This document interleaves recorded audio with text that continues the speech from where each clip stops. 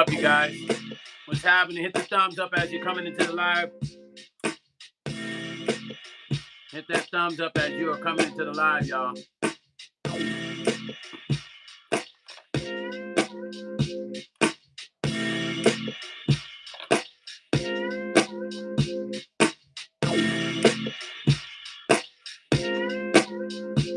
We got a great topic today, man. You know, I said I was going to get back on doing the live with sharing information and, you know, how I would talk, do the music, and then I talk about stuff that's going on in the community.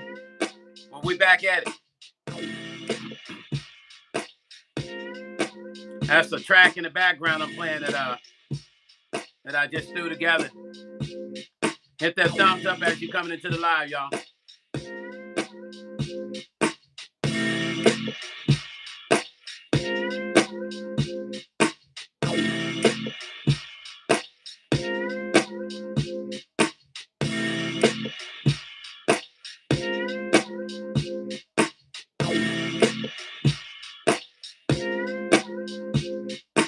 What's up? Hit that thumbs up as you guys are coming into the live.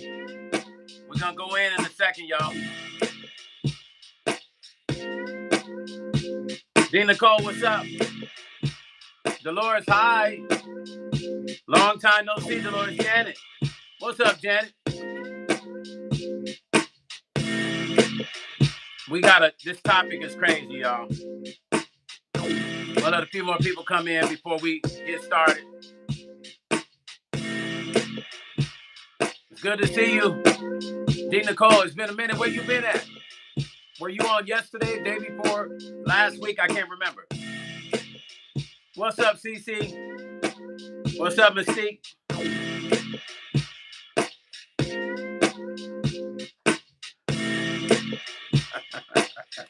Y'all know I'm always creating, man.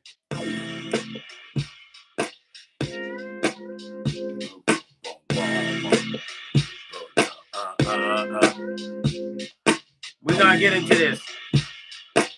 Black dad killed for reporting his teen daughter's essay and refusing to accept the 12K bribe. I mean, you can't make these stories, y'all.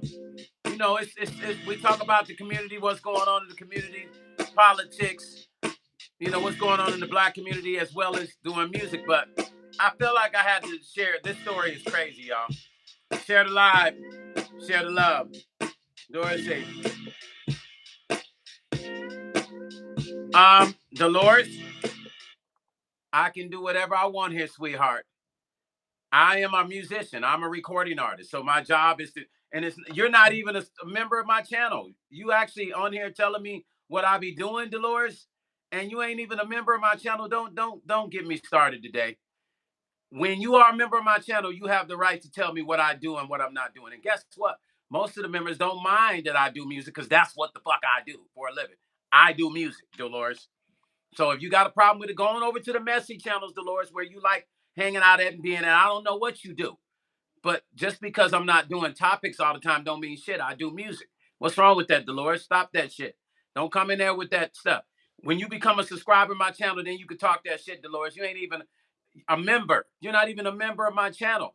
So here's the new rule. Since you haven't been here, Dolores, I will not be reading no comments from nobody that are not members of my channel or that are not donating, so that I'm going to bring you up to speed, Dolores. Since Dolores says I be doing music, I don't be talking about no topics.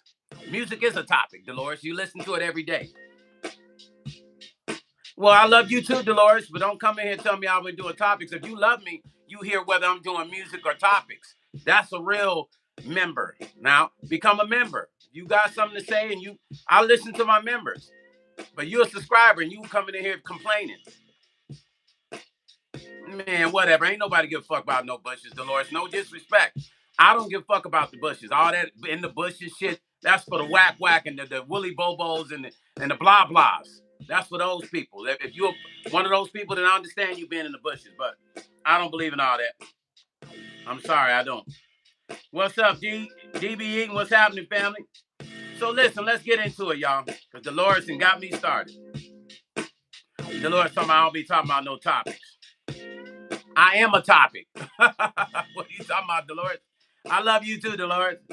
Hey, so check this out. We're going to put this music low in the background, let it play. You know, it's always something, some kind of stories, man, that make me go, stories that just make you go, damn, really? So here's a story, man, that really had me going, it's kind of crazy, but I'm rocking with the father, man. Black dad killed for reporting his teen daughter's essaying and refusing a 12K bribe. I'm with him on that. Whatever happened, we're gonna get into it, but I'm with him on not accepting the bribe. I'm the father. You can't bribe me. There is no bribery. There is no bribing the father. You're gonna go and essay his child, and then you're gonna try to bribe him not to go to the police or talk or whatever you're gonna do. Who does that? On what planet have they allowed a person to go, hey man, listen, I'm gonna give you this. Just don't say nothing, man. It's all right. No, it's not all right. Let's get into the story. Corey Warren, an African-American father from, here's the weird part. Of all places, I think we didn't have so much shit come out of this particular place. Ferguson, Missouri. Does that name sound familiar to you guys?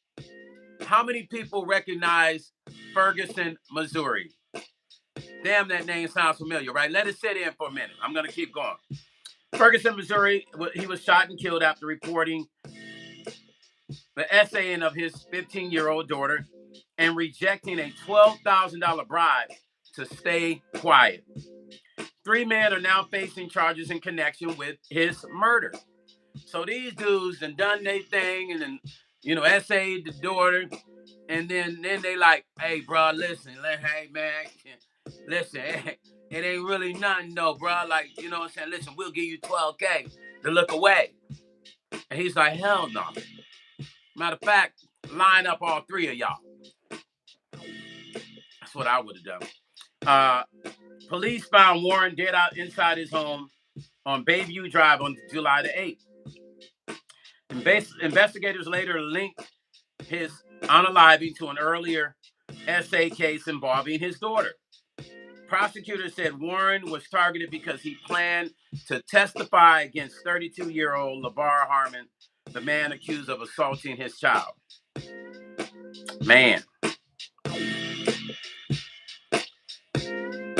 According to KSDK, court documents show that Herman met the teenager in March. This is the guy that did the essaying. While she was walking home from her school bus, he allegedly picked her up, took her shopping, and then essayed her. Warren reported the assault to the police in May, prompting Harmon's sister LaVonda and another man to visit his home days later. They offered him $12,000 to drop the case, but the father said, "Hell to the no, to the no, to the no." Hit that like, you guys, as you're coming into the live. Hit that like, hit that thumbs up. Here's my thing.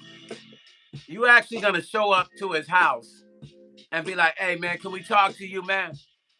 Yeah, man. Hey, I'm the one that, I just want to say, man, I got 12,000 on that. Who does that shit? What planet are we on to where people are now offering money for you to walk and look past the fact that somebody has essayed your daughter?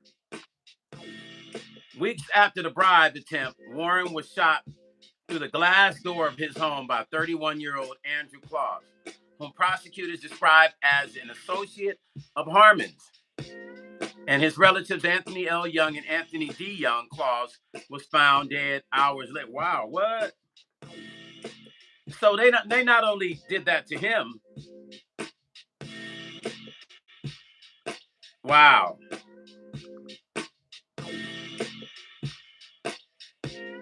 Wow.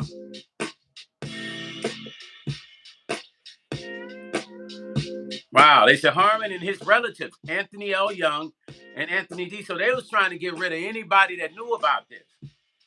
Was found dead hours later, and the white Kia leaving the scene was found burned.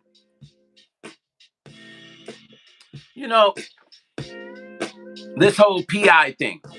And if you don't know what I'm talking about when I say PI, in the streets, most people that know the word pimp, it's like a abbreviation for the word pimp.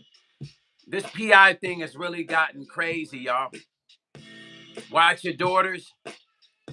Watch anybody in your family. You shit damn near gotta watch your grandma these days. They don't care no more. They're out here trying to run it on everybody. Wow. Harmon Anthony L. Young and Anthony D. Young were indicted on 6 charges, including 2 counts of first-degree murder and armed criminal actions. Harmon also faces charges of statutory essaying and sodomy. Investigators believe that 3 men conspired to silence Warren and later kill Claus to destroy the evidence. I mean, these are crazy times, y'all. Hit that thumbs up. These are crazy times, and I get it. I get it. There's people that feel like it's part of the game now, like, you know, the hustle, like, you know what I'm saying? Like when they essay a young girl, they don't think there's nothing to it. They think that's part of the game. Like that's part of the PI game. We ain't did nothing wrong. You know, we out here pimping, y'all. That's what they be thinking. Y'all hear what I'm saying? This is the psychology of what we're living in now, even more than we were before. That's the psychology. They don't see nothing wrong with this. You got people taking young girls across state, across county lines and getting caught up. Las Vegas has a thing where they have a task force for the pimps. They have an actual task force for pimps. And they're giving them life. They're just about giving these pimps in Vegas life. I ain't making this up. I know about 4 or 5 guys that are gone with pretty much life, black men, because of the same thing I'm describing. Now, I don't know about all the SA, but I know they were running young girls. All you got to do is look up the stories in Vegas. But what I'm trying to understand is, when did fathers and uncles and brothers stop caring about these young girls? Sometimes I go into Walmart and I look at the wall and I see some of the missing young girls, and I'm blown away. And young boys and just young kids, even older women missing from right here in Nevada.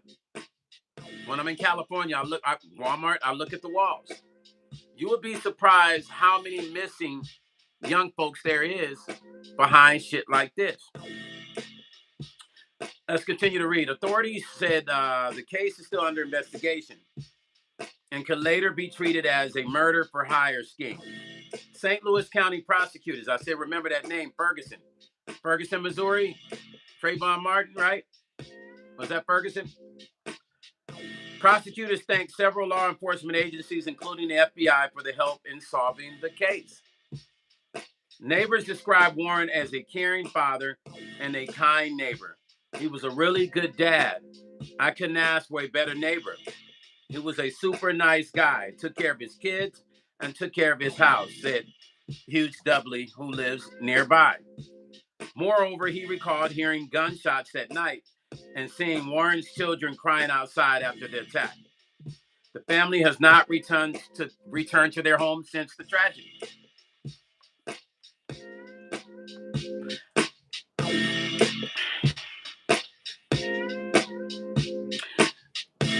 Any of you that have young daughters, let me say something to y'all.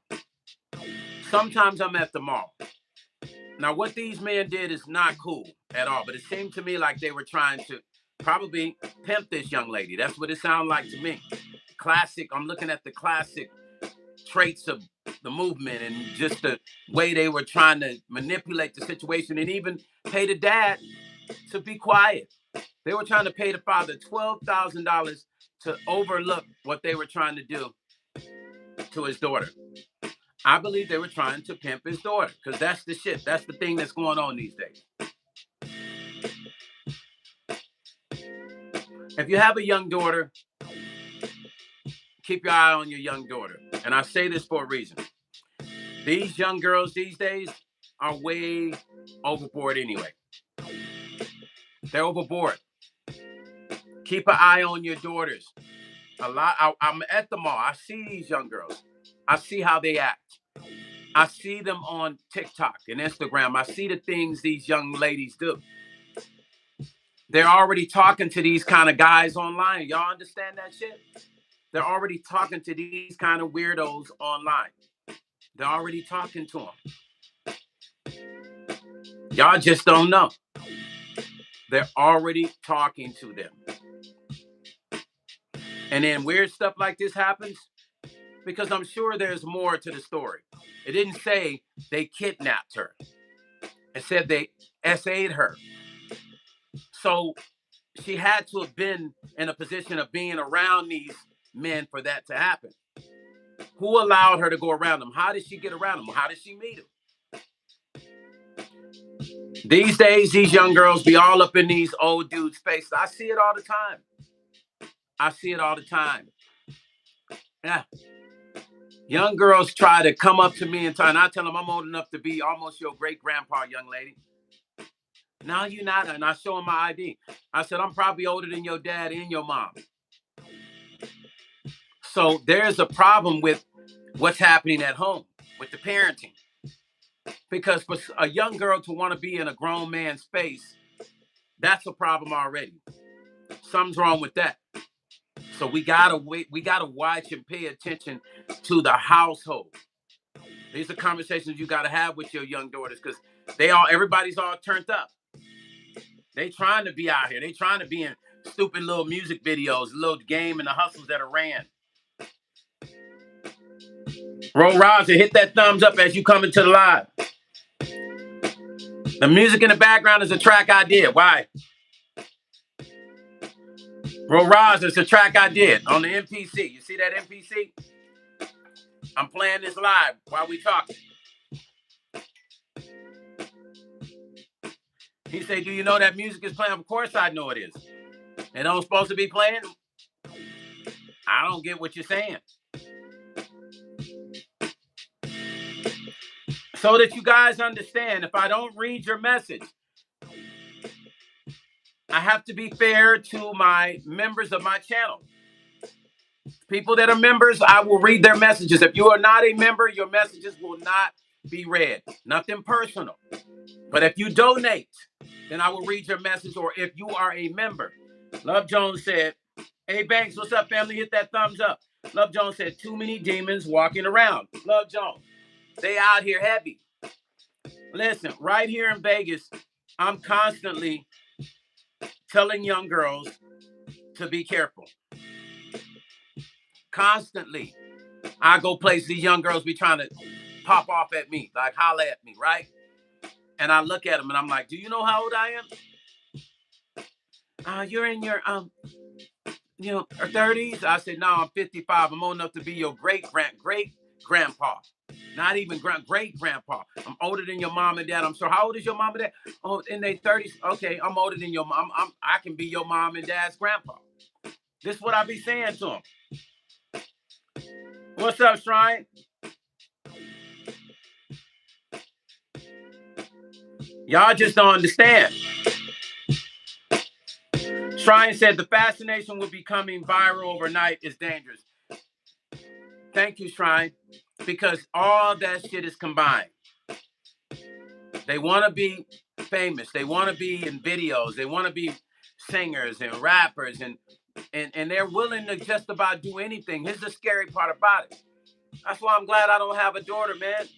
But if I had a daughter, I would have raised my daughter a certain way. I wouldn't even worry about it because my daughter would be on point. Because you coming up with the right shit. I'm gonna raise you with the right shit. Well, you ain't even gonna be thinking outside of the box with none of that shit. Janet said, I stressed that to my granddaughter. She is not allowed to go any places alone. Janet, thank you. Because if you go to Walmart and look on that wall in your city, I challenge all of you to pull up at Walmart, go inside of Walmart and look at that wall with all the missing young ladies. And ask yourself one question when you look at that wall. How is this happening? Because it's one thing for a predator to be online messaging them. It's one thing for a predator to be walking down the street like, hey, come let me holler at you. And it's another thing that young lady gives in or says, okay. That comes from how she's raised at home, what her parents are telling her to be watchful for and be careful for. And you don't need to be anxious for no opportunity. Whatever God has for you, it's gonna happen. So you don't need to be. Share this live, y'all. Share the live. Hit the thumbs up. If you're coming past this live, hit the thumbs up. All of you have nieces and nephews and daughters. You're coming across this live. You got a little cousin that's growing up. You got a nephew. You got a daughter. You got a sister. They're not just coming at the young. They're coming at the older ones too. I need y'all to understand that. How many missing women and young women and men, young men that are happening? Just look it up in your city. If you think I'm making it up, I want you to go look it up. Janet says she cannot go to Walmart unless her mom, dad, brother, or myself is there. Thank you, Janet. This is what we have to do. People are too free with their children these days. Sometimes I see little ones walking down the street by themselves, and they got to be every bit of 6, maybe 7. I've seen 7, 8, and I've been like, yo, and I'm looking around like thinking the parents are behind them, and nobody's behind them. They're just wandering down the fucking street. I know you guys have seen exactly what I've seen. So to get to point A to B, for somebody to essay a little one like this, like I said, they didn't kidnap her. Obviously, these guys either were in the neighborhood. It had to be. She walked down the street. Maybe they hollered at her a few times. And they were so comfortable at coming at the father saying, we're going to pay you $12,000 to hush, to not to move forward with this, to prosecute me. He was paying the father $12,000 not to move forward and prosecute him. But he took out the father and the father's relatives. He unalived all of them. But he didn't unalive the girl. So what does that tell y'all? Johnson Bench says, starting the YouTube God, unmatched talent and creativity dominating the platform, inspiring millions and leaving a legendary mark everywhere. John's Adventures, thank you, family. I appreciate you, brother. Always, Brother John. Always. I appreciate you. I just want you to know that. Shrine said, I've noticed that the more I walk and talk in my purpose, the more my kids notice me, and I love that. That's because when you walk in your purpose, you don't have to preach. They're watching you. And that's the beautiful part about it, Shrine. They see you walking in your real purpose. So they're like, dang, look at mom. And then they follow by example. You know, they follow by example. You know, what did our grandmothers used to say? Don't do as I do as I say. I just can't help to think that, I'm happy that the father hit that thumbs up as you come into live. Brother John, I know you probably already did it, but I'm going to ask again just to make sure. Make sure you guys hit that thumbs up. Here's my thing. I condolences to that family and the unaliving of the father and his family members that were there trying to look out for the daughter. But how did this happen? What was it that the father wasn't doing that caused this to happen? Was he not paying attention enough to his daughter? Because in order for a man to come up to my daughter, if I had a daughter, I would have to first give him that opportunity by allowing her to be all out walking around by herself. I am giving him the opportunity to do that. So who allowed her to be? Well, obviously, she's walking through the neighborhood. This is what I'm assuming. It didn't say, but it also didn't say she was kidnapped. So I'm assuming she was walking through her neighborhood, and this is where this guy met her. And it seemed like there was a regular report. Didn't seem like this was the first time that he had talked to this young lady, because he was so confident to come and offer the father $12,000 to shut the fuck up and unalive the father and his family members, but didn't touch the girl. Janet said they took her shopping, so obviously the daddy was not. Thank you. Brother John, thank you. Janet, so that's exactly my point. So in order to take her shopping, what does every young girl want? They want nice clothes, phones, the latest stuff, to be around somebody with a cool car. Come on, y'all know. It's all bait. Guys like this use that as bait.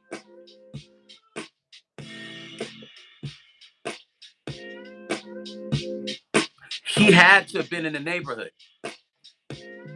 He had to have lived in the neighborhood. He had to have. How did the comment? But Pops wasn't paying enough attention to his daughter. First of all, I'm not letting my daughter walk through the neighborhood. Where you going, baby girl? I'll drop you off and pick you up. That's how we gonna do. I will drop you and I will pick you up. And when you get ready to come out, you call me when you then come out. Don't come stand outside if I'm not there. I will call you to tell you to come outside when I pull up to get you. Sweet Rain said, "What's up, Sweet Rain?" Okay, you going to Brian's show? That's my boy. That's a friend of mine, Sweet Rain. I know you're going to have fun. If I drop my daughter off at the mall, I expect for her not to leave that mall. I'm going to drop you off, and I will come back to pick you up. But do not come outside until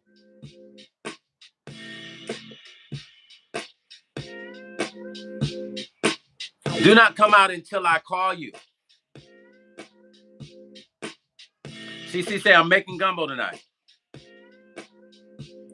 Y'all got to be a little bit stricter on your kids, man. You got to be, if you love your kids, you're going to have to be a little bit more strict on your kids. Especially on your young ladies. They need full protection. All kids do. But your young ladies, there's a lot of predators who are just lurking in the day and night. It's unfortunate this father lost his life, but I'll say this. The father got too comfortable. He got too comfortable. You can't get comfortable when you got a son or daughter. You can't. You can't get comfortable when your kids are still young. You can't. You can't just let them wander and walk down the street. Let them walk through. You thinking, oh, they walking through the neighborhood. Even where I live, if I had a daughter that's 14 and in between 11 and 17 or even 18, I'd be like, nah, you're not walking through the neighborhood at night. You're not walking around the corner. I'll drop you off. We're not going to do that.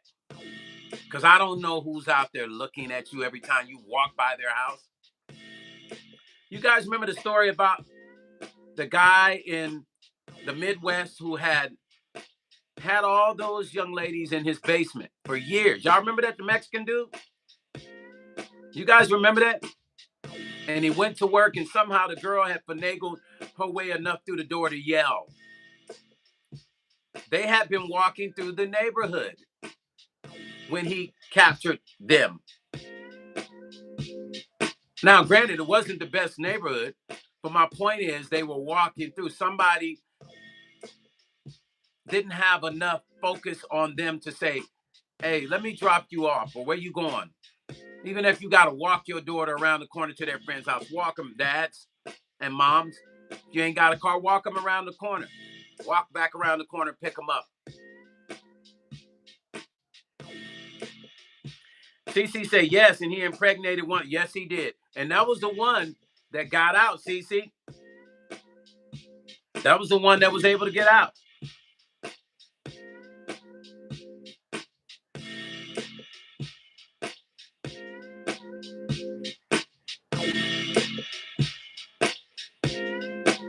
Thank you, D. Nicole. You guys got to understand that there are real situations happening in real time. And what is real time?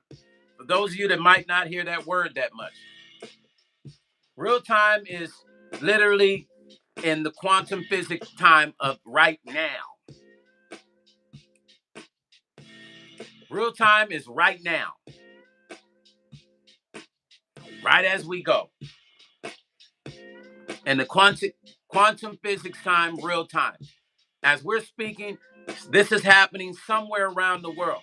Somebody's not paying attention to their daughter or their kids. And there's some motherfucker that's thinking cuckoo outside the box, and their life is in danger because the parent is not focusing enough.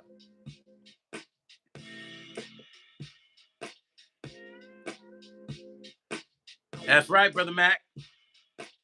So if that father was on top of his game, and condolences to the family. I mean, he didn't deserve to be on alive for protecting his daughter. But think about this.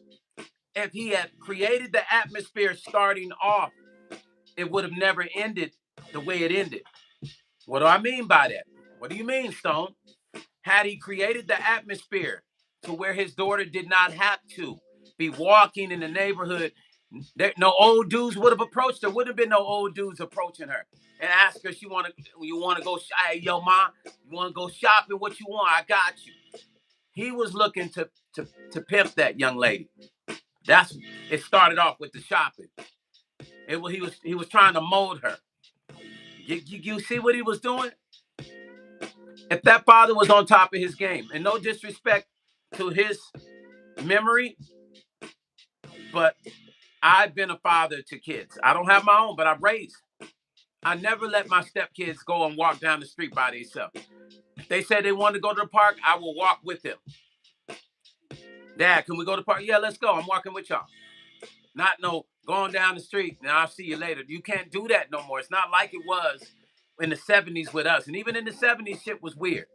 But that shit is no longer existent. That none of that stuff that we grew up on works these days anymore. People are not leaving people alone. They fucking with people. So your child can't just go down the street and not be bothered. Your daughter cannot just walk down the street and she ain't gonna get nobody blowing a horn at her or bothering or flipping U-turns, flipping a bitch, right? Turning around in the road. You don't know what that means. Doing a U-turn. I watch it. I can drive and I see these old motherfuckers blowing horns at these young girls. And I just be like, and I usually do this when I'm like, bro, what are you doing? I look in their car like, yo, man, what are you doing, man? That's a young girl. I do that. I'll speed up next to him and be like, bro, what's up?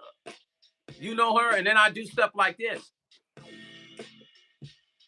You can't have a young daughter these days and not monitor her. Because they out here waiting, y'all. They're waiting to mold. They're waiting to, as they say, the Bible says, kill, steal, and destroy. That's what they waiting to do.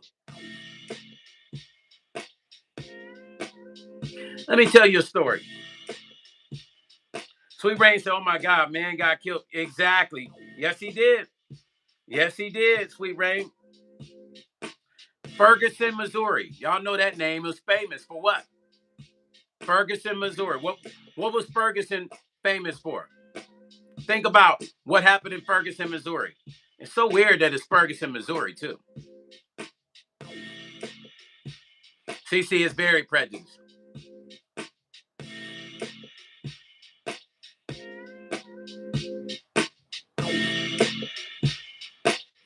Nikki said, this is so sad. Yeah, Nikki, it is. Trayvon Martin is from Ferguson, Missouri. That's why that name is so, it sticks out in your head. Now, there's a lot of people that think it's okay to do this kind of shit these days. There's more people that think this shit is okay than you realize. Yeah, man. If it were not, it wouldn't be happening as much as it's happening. If it were not, people that are a conglomerate of people that's thinking this is okay, we would not see it happening so much and girls disappearing. How do you explain that shit? Because there's a whole bunch of weird motherfuckers that believe that shit is okay. That think it's cool. Meanwhile, you're at work. Meanwhile, you're working so hard. You're at work. You're so busy. When your kids come home from school, you're at work. You don't know what they doing. They got friends. They want to go down the street, hang out with their little girlfriends and go to the mall. They text you, Mom, Dad, can I go to the mall? Y'all don't think shit of it. How you getting there? We're going to catch an Uber. Because parents be putting their kids in Ubers now. Now, you can monitor Uber. But what happens after Uber drops them off? at the mall, and some guys in the mall trying to holler at him. Like this guy offered the young lady and took her shopping, and then the rest happened. He was trying to mold her, break her. So they SA'd her. And that was to break her mind in, y'all. And he would have continued to do that. And then eventually their daughter would have left home and he wouldn't even know where his daughter ended up. His daughter would have been in the Bay Area somewhere. See her 10 years later, either no longer here dead or turned to freak out on drugs and all that shit. Nikki said, you can't allow your babies to be out and about. Boys or girls, facts. She's saying reports of Uber drivers are wording women. Oh, yeah, the Uber drivers, yeah, there's some Uber stuff going on with some of them drivers, you know. Some of them drivers that decide to do that. There was a big movement of that happening out of Texas. The women would get in the car and these guys would be trying to kidnap them. These are real stories. All this shit ain't made up. I'm not sitting here having a conversation for fun. Telling you some real stuff, man. Yeah.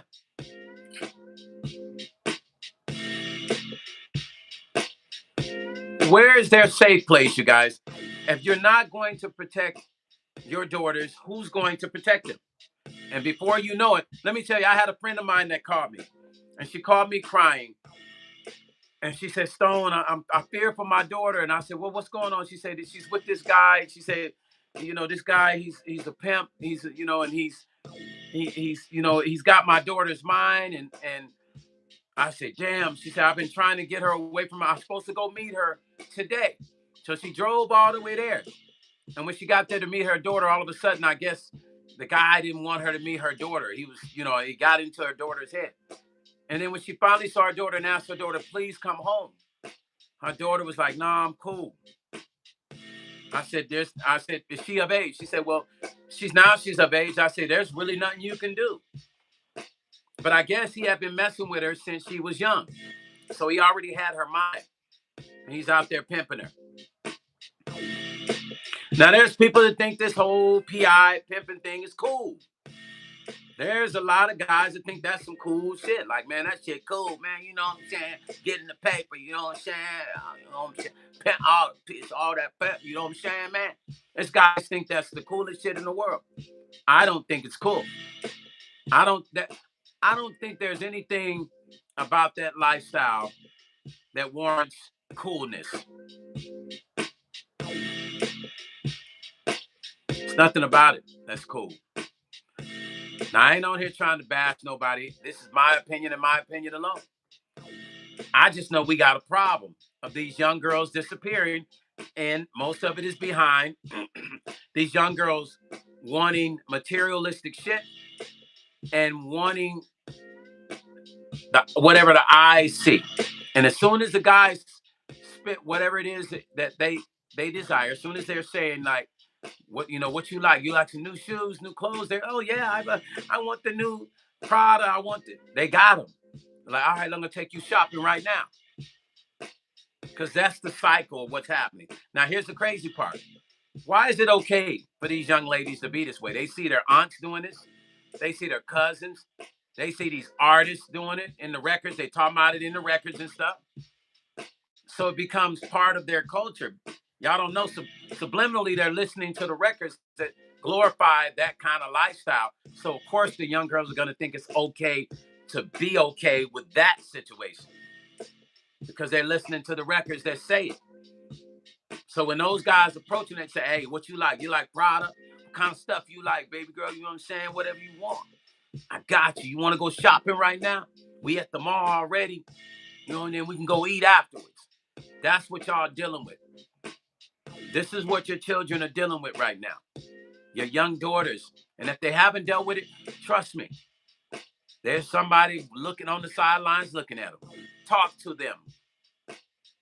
Talk to them. Run exercises with them. Even run exercises with y'all. Do role play. Y'all got to be creative with this shit now. Do role play exercises with your child to prepare them, so when people like that come at them, you know what I'm saying, you got to do and show them how to respond. Core High. What's up, Core Banks?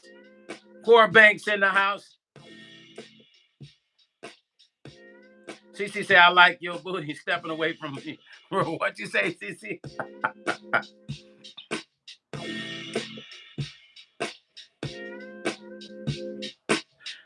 Nikki say that shit's not cool at all. No, it's not. But think about what I'm saying. We prepare our kids for the ABCs, reading cards, flashcards. For those that really raise your kids right, you teach them how to talk, you teach them how to count. How come we don't teach them how to deal with these kind of men that they're gonna come across? Because it's not like they're not gonna come across them. Buckeye say Stone always has the wisdom. Thank you, brother Buckeye. I appreciate you. Y'all got to create a role-playing scenario for your kids. You actually got to become that character you want him or her to stay away from. You got to become that character. You got to role play with your child. Become that character and show them how to interact if that person comes at them. Because nobody's doing that. All people saying is be careful with strangers, y'all. Honey, if a stranger comes up to you, don't speak to him. Honey, that shit don't work like that no more. You have to actually create role play, characters, monologues. Create a monologue with your child and practice that exercise. And you act like that person is going to come at them because you know they out here and they're going to come at them. They're going to come at them, y'all. Better try to create some exercises to prepare them. Or you're going to look up and you could possibly be fighting to get your child back because after they get into their head, usually ain't no coming back from that. And some of them will be cool with your child and you don't even know. They got an old man that's their friend and they 16. And this old man be talking to them every time they at the mall because he work at the little shop at the mall. Y'all don't think nothing. But he just building up his friendship with him. 15, so he building up his friendship with him.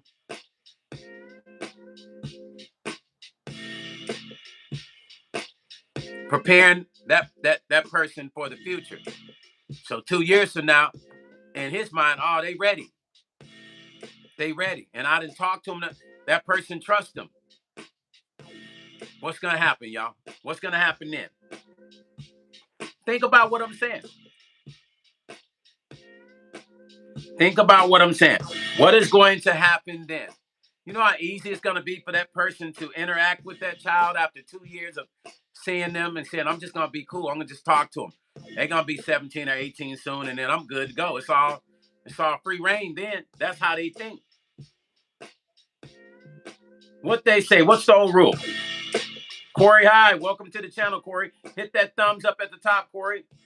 Corey say, excellent advice. Think about what I'm saying, Corey. We teach them how to count. When they're growing up as babies, we give them flashcards with the ABCs. We do all that. We teach them how to dress, right? We teach them how to cleanse themselves. We teach them how to eat properly.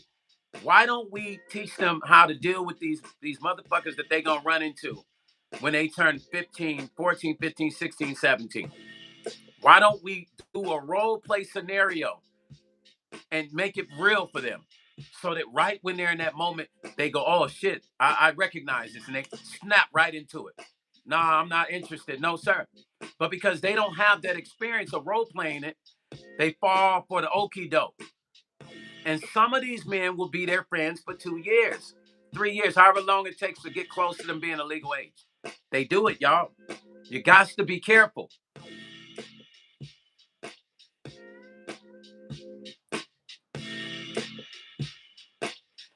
King James nephew, what's up, family? Salutations, family. Y'all know what I'm saying?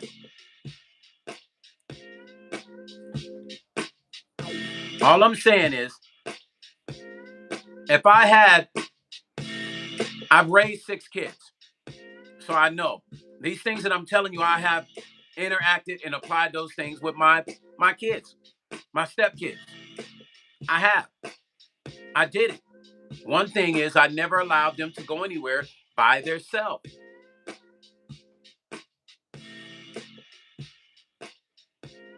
You can't.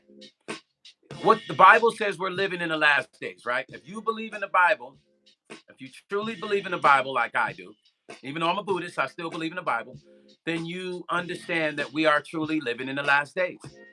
So everything is unpredictable. There's nothing you can predict anymore.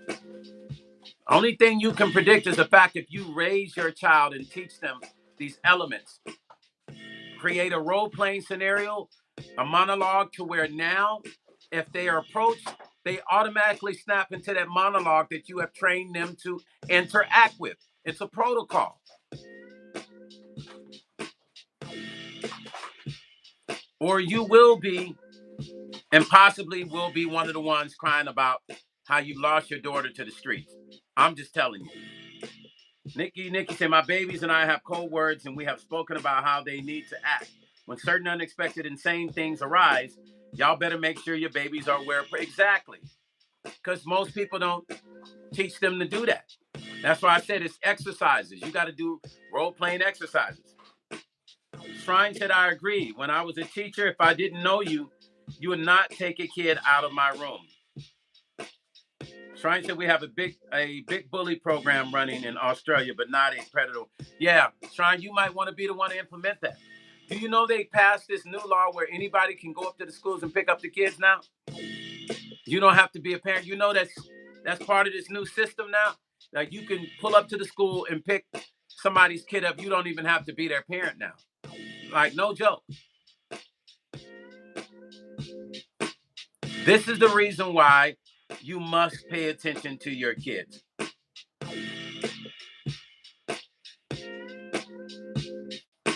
The father that was unalive, it's very unfortunate that this happened to that father. God bless his spirit. God bless who he was. But I do believe if the father had created a protocol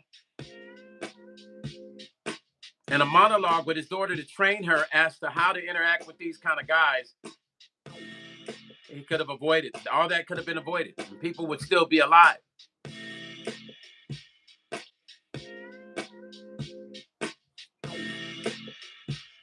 Yeah, Mystique, that's a fact. Yeah, y'all, they don't have to be a parent. I was reading it and it blew my mind. They can just pull up to the school and pick up your child. And there ain't nothing you can do about it. I have to talk about it. I'll find the information and read it to you. I read it. I was in shock. CC say that daughter probably feels horrible. Yes, because think about it, CC. Why did she wait to tell her father about it? Or did she even tell him at all? Because it doesn't say. It just said that they SA'd her. I don't know if she told him, but why did she not tell him that the guy took her shopping? Because that's the mind of a young girl. She wants the gifts. Because nobody told her that doing that is not right. And accepting a gift from somebody you don't know constitutes you owing a favor. Nikki said, that's crazy as fuck. All of my children's school know that no one better not even think about coming to pick my babies up. The conversation is very well needed. It is. Nikki, thank you. It's needed.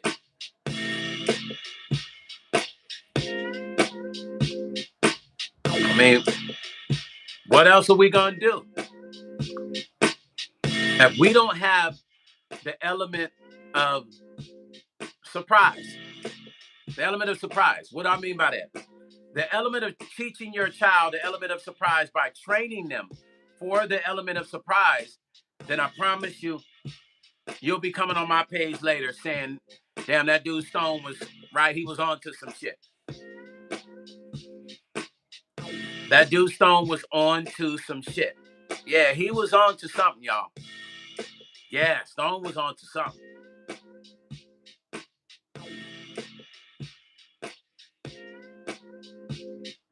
If you believe in and you love your babies, you better try to create a monologue of how those scenarios go down. You got to become that bad person and interact with your child and teach them this is what they're going to say to you, and this is what you need to say back. And give them 4 or 5 different scenarios. Because y'all know how them kind of cats thinking. If you don't, you probably want to call up a family friend or somebody that knows somebody like that and tell them to teach you the words of how they run that kind of game. And most of those guys don't have a problem with, well, yeah, when I was in the game, this is how we used to talk. And let them teach you how to talk to your child. And then practice that on them and tell them, nah, what are you going to say if they say this to you? What are you going to do if they offer you this much money? What are you going to do if they offer you to go to the mall and buy you clothes? Nobody's doing that. But we're all yelling, we need to protect the family. And nobody is doing what they need to. You got to create. That's like a program inside your home. And it's weird, but it's something that will work. Because if you practice it all the time, then it becomes normal for your child, for that interaction. Think about it. You practice that all the time, your child's already going to be on top of it. As soon as they say a key word that you've already rehearsed with your child, they're going to be like, no, leave me alone. No, I'm not interested. Because you've already practiced those key words with them. You've interacted the same way that person was going to interact with them. Shrine said, "They." Nikki said, "Yes, sir." I mean, let me see. Last year, they haven't done the census last year. But let's do like a little poll. Hold on.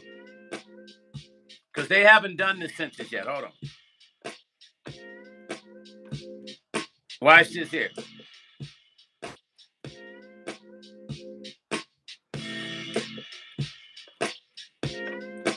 Watch this here.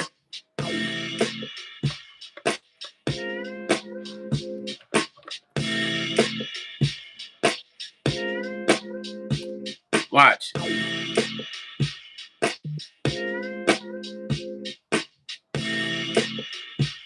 Here it is, y'all. The exact number of underage Black girls who disappeared in 2025 is not yet available as a final statistic of 2025. You see how they do it? Any other statistic would have already popped up. But because it's Black girls, the statistic is not in yet. They haven't given the year ending of the statistic yet, when it should really be available already, right? Enough for them to be able to measure the numbers, right? But dig this. Previous years show that Black children are disproportionately represented in missing person cases. For example, the Center of Missing and Exploited Children reported 30,000 missing children, with data from the past year showing a disproportionately high number of Black children is amongst all of the races. Black kids are the highest missing. Black children make up 33% of all missing child cases. Now think about this, despite only being 13.4% of the U.S. population. That shit is crazy. So Black people only make up 13.4%. And within that 13.4%, 33% of the kids missing are Black. You see how upside down that shit is? And the percentage has to be way higher than that now. It has to be around 45 to 50%. It has to be. That was the previous years. DJ Brightside, what's up, family? There's definitely something that's going on. Now, whether it's pimping and all that other shit, we don't know. We just know there's a lot of missing young Black girls. And this father is unalive because he didn't want to take a bribe, because these guys obviously were trying to figure out how to pimp his daughter because they had already essayed her. How do you get there? Black people are 13.4% of the U.S. population. I want you to listen to that. Black people are 13.4% of the U.S. population. Now, just visualize this. Visualize the 13.4%, right? And then I want you to dig into the 13.4% population. And then I want you to understand that 33%, and that was a few years ago, 33% of that, the missing kids are Black. 33% of that. That sounds kind of crazy, right? That's a very high number. 33% of the 13.4% population are missing, exploited, disappeared. Nobody knows where they are.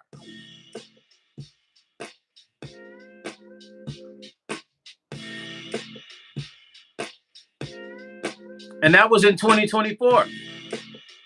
So can you imagine what it's going to be like this year at the end of the year? I'm thinking around, as I'm looking, because I look up at all the missing kids, it's probably going to be more around 40 to 50% of African-American kids that are missing by the end of this year. Because I've noticed how the number has went up and graduated through the years because nobody's caring about the black kids. So guess what? People just snatching them up. Nobody's saying nothing. They're not in the media. Nobody's really talking about when a black child is missing. So it's no big deal if they go missing. Who cares if a black child goes missing?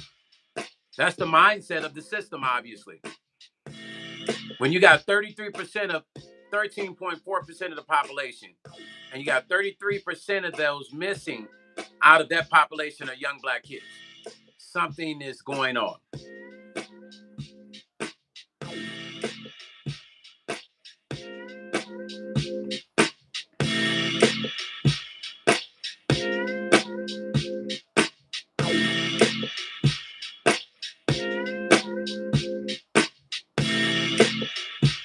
That young lady could have went missing. In retrospective, the father saved her. Because when he got wind of what was going on, he went forward to prosecuting him.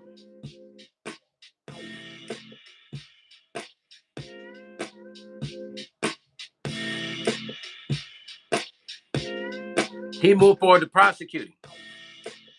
He did exactly right. But in the process of that, he ended up being unalived by the same guy who sent people to unalive him and his family members.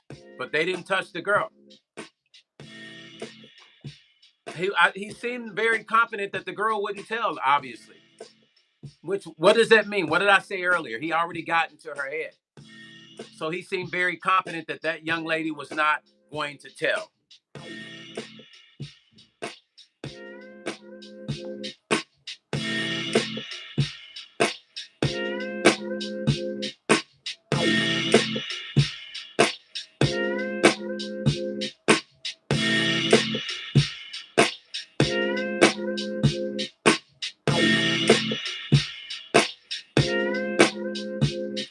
Listen, you guys.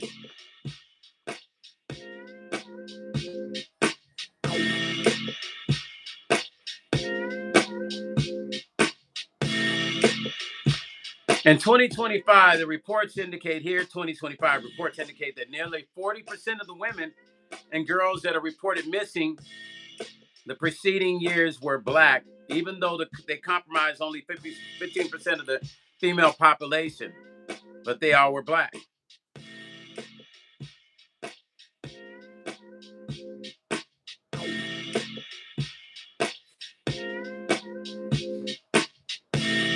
I don't know, man. It's just super crazy. Super crazy.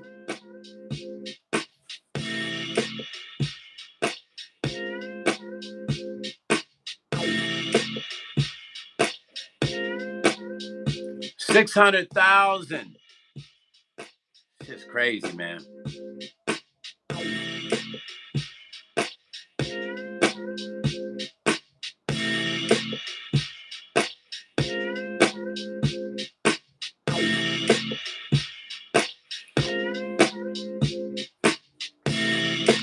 In the United States, about 600,000 people go missing every year.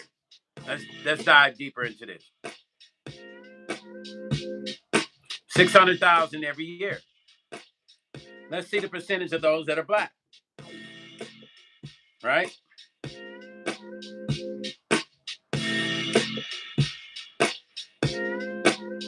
I already told you the percentage, 40%, and then 33% children.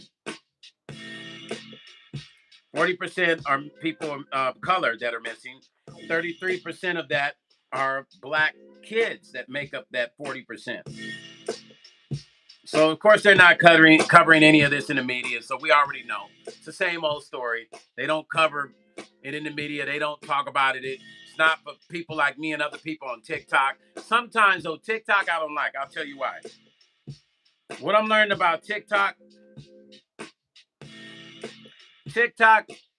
is sometimes it's the truth, and then a lot of times it's a bunch of bullshit for views. People have learned to finesse TikTok for the views. So you're not gonna always get 100% honesty off of TikTok. I'm telling you what I know. Like the story about, remember the missing truck driver? And they said he got out of his truck and he was driving to Arizona. He got out of his truck and they found the truck city and they don't know what happened to him. That was all a lie. How do I know? I talked to the actual guy he was the name of the person that they say were missing, his face and the name. And he wasn't missing. He was a school teacher. I mean, he is a educator out of the DMV area. And so I went on YouTube and talked about this, and I talked about the girl who made up the lie. And do you know they still try to keep that lie going? They still try to. People kept coming back to my YouTube channel telling me that's the lie. He ain't that guy's. He's not. They found him dead. I was like, y'all stop it. I talked to the dude in his inbox on Facebook. He was on vacation. He said, Stone, thank you, brother, for contacting me. I'm tired. He said, people just, we contacted the girl and told her to take it down, and she wouldn't. He said they contacted the girl and begged her to take the story down. She wouldn't. It wasn't until I talked about it on YouTube is when she took it down. Then she went back, and I think somebody put it back up and started trying to get the lie going again because I think she was making money on the lie. Not I think, I know. She was making money on telling a lie. So I don't believe everything on TikTok because TikTok is all about, they want that weekly check, y'all. If you ain't figured it out yet, then you should by now. TikTok folks want that weekly check. So they will lie and do whatever they can to get that check. I didn't realize that TikTok pays every week. They want that weekly check. Yeah, Nikki, for real. This girl lied. And she continued to lie. When I had already talked to the actual person that the name was named after, and he, they're saying he was a trucker, and his wife had talked to him at 2 a.m. and he stopped to get something to eat, and all of a sudden they disappeared, and the keys were gone, his phone was gone, and I think his logbook was left in the truck, and the truck was just parked out in the middle of nowhere, in between Arizona and wherever his location was. Just stupid lies, all for the sake of making money off of TikTok. So you can't believe every story. You'll know the people that are telling the truth. The research will be behind it. What I noticed about this story is when I went to look this guy up, I couldn't find anything in the news talking about it. So that was the first thing I had done a video on it, and then something said, go and do your fact check. So I went and did my fact checking, and I couldn't find anything talking about a truck driver with his name that's missing. And if somebody was missing like that, it would have made the local news in that area, possibly headline, right? But there was nothing. And that's what made me start questioning it. I should have done it before I did the video. So what I did was, I said, let me reach out to see if this is the guy. I saw a name, the face looked like the same guy, and I messaged him and asked him. And that's when he said, yes, that's me, and it's a lie. I'm not even a truck driver. I live in the DMV area.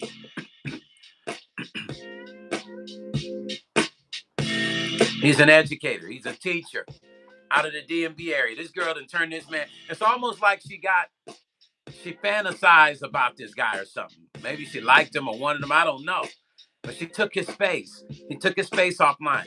And she posted it. And she created this character and the story about this guy. And she rolled with it. And people believed it. Y'all hear what I'm saying? And people believe the story. DJ Brightside, yeah, they do. If you got donations, if people are donating, if they're actually donating and the hearts and all the little gifts and shit, yeah, you get that money every week. So, it makes folks get on there and lie. And if you got enough views every week, yeah, you get that money every week. They go right to your account. Yeah. So now you see why you see so many stories on TikTok now, DJ Brightside. You see a lot of them lying ass stories, them AI made up stories.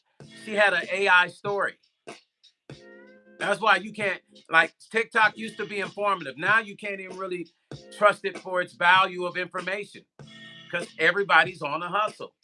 And black people's hustles be totally different. You know, black people take a hustle to a whole nother level. They don't do normal hustles. They'll learn to hustle and twist it and turn it and do all kinds of crazy shit. So they turned it into a hustle, you guys. CC said the whole story was crazy. Absolutely it was, CC. You remember how upset I was about the missing guy? And I was deep into the conversation about the missing truck driver. And then I talked about it. And then I started to research. I should have did it the other way around. I should have researched first, then talked about the story. Instead, I did it backwards. I talked about it because I believed that story for its face value. And I started talking about it to help spread the word, I said. Stone wanted to spread the word. Then I did research and found out that shit wasn't even real. It wasn't even remotely close to real. And I went on that person's TikTok and I commented, "This is a lie." I don't know if she blocked me, but she never responded. I say, "This is a lie. This story is not real. That person is an educator. The story's a lie. It's made up." Then they took it down. After I did my YouTube, I don't know, I guess that person got word of it. They took it down. DJ Bryce said we be under a lot of pressure. That's why I laughed out loud. Yeah. I mean, DJ Bryce, I think about it though. There's so many stories we could talk about, right? So many stories we could actually talk about. So much going on that we could share with each other. We don't even have to make up a story. It's so much injustice with African Americans. There's so much crazy stuff going on with this government.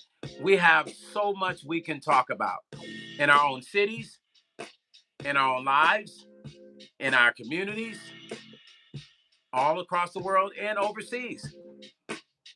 There's so much stuff, you'll never run out of nothing to talk about.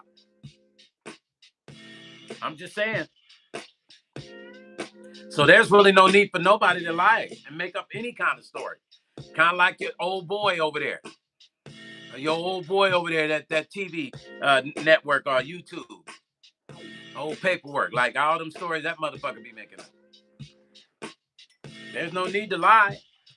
You don't have to lie when there's enough real stories to tell. We don't have to make them up, y'all. We don't. Unless you just love making stories up for the weekly pay. Nikki said, crazy as fuck. Real though, Nikki. Yeah.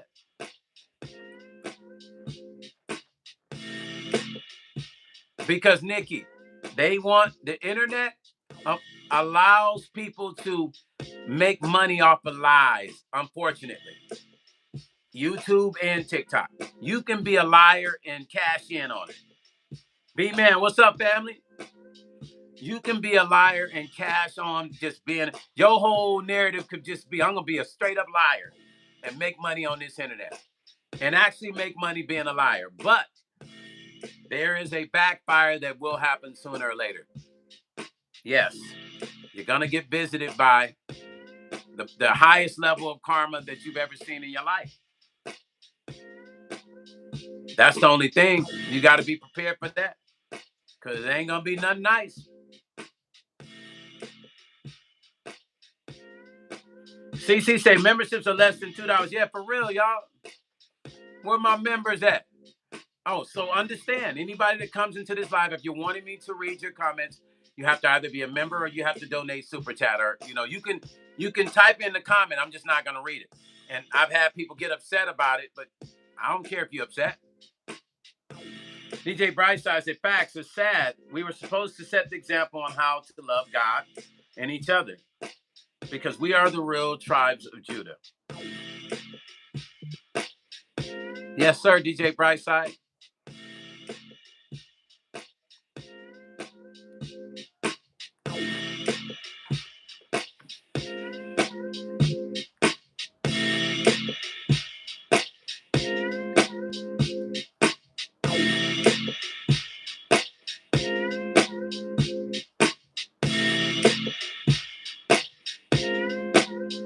There's just a lot of crazy stuff going on, you guys.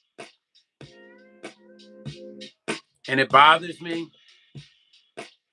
I mean, for instance, you see all this crazy stuff going on. Did you see the FedEx plane crash? There was a black family that was on that plane. Hold on. Let me share this with you guys. You'll be surprised. There's a black man and his 3-year-old granddaughter died on a UP. They say died in a UPS plane crash. I don't know if UPS ran into their car. This is a prime example of there's enough information out here to talk about.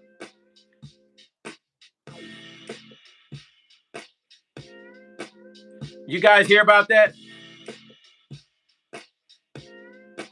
Okay, they were on the ground. African-American man and his granddaughter. When the plane crashed into flames on the ground, two of the victims were on the ground and have been identified as Lucinus Fedden and his 3-year-old daughter Kimberly Asa.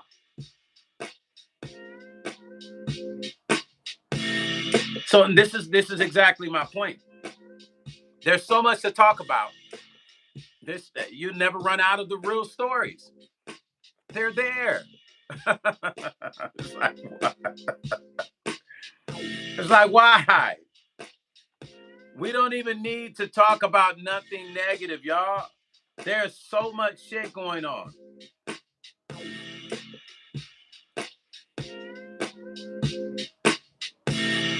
Hey, y'all, you guys want to hear an interesting story?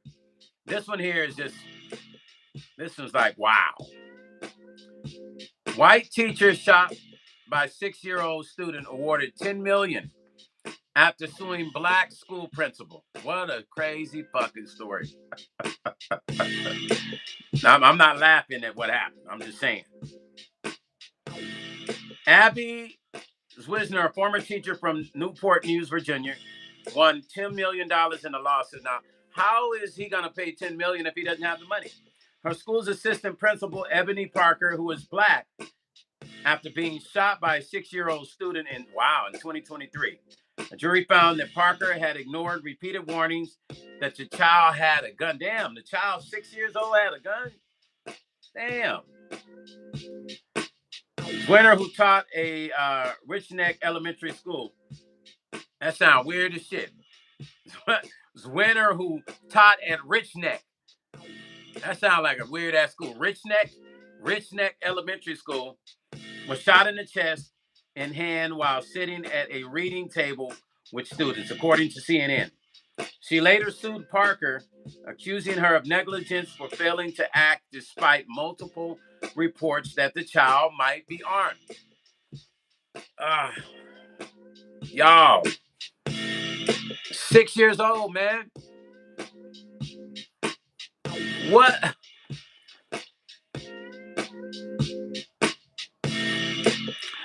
What 6-year-old is carrying a pow to school? That's what I want to know. After more than 5 hours of deliberation, the jury ruled in Winner's favor, holding Parker accountable for the accident. Parker's defense was funded by the Virginia Risk Sharing Association, the district insurance pool, which could be responsible for paying the damages.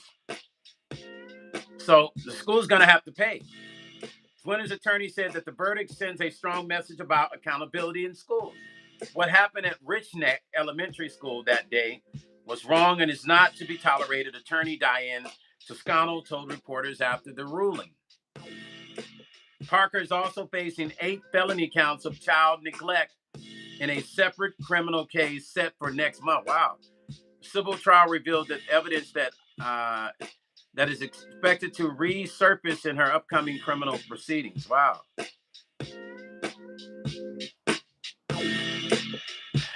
And the legal expert said it's unusual for a civil case to happen before the criminal trial. However, they noted that the case could influence how schools and administrators are held responsible when students bring pows to class. Wow.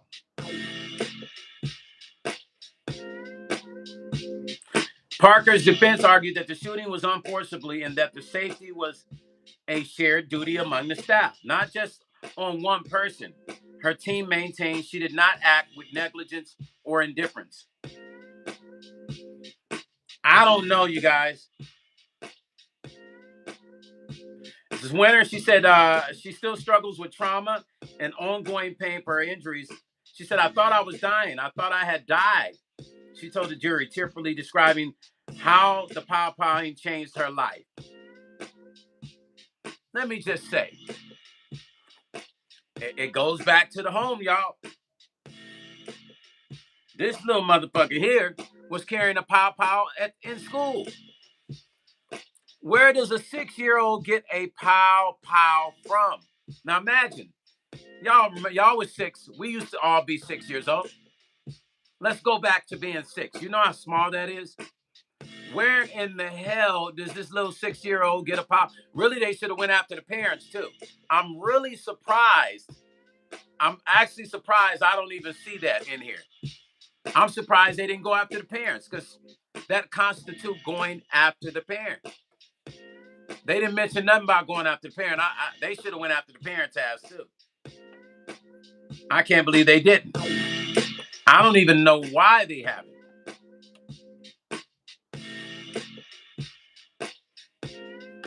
But can you imagine? You're a school teacher. I have 2 nieces that are school teachers. And you're in the classroom. And a 6-year-old, you're going to be like, what you doing with that? Put that down. You're not going to, it's going to be different than an older person holding one. You're going to be like, well, a little kid, you're like, hey. You're going to be like, just a little bit like, put that down, Mikey. Put it down, Mikey. Put that down. You're not going to think they're going to, he let one off. He let a couple off. Ow. Oh. The psychology of that. It's crazy. It's crazy. I just can't imagine a 6-year-old pulling up at the school with a pow-pow. Like, I just can't see it. I'm trying to picture it. But I know there's been a lot of crazy stuff happening these days with schools and that whole scenario.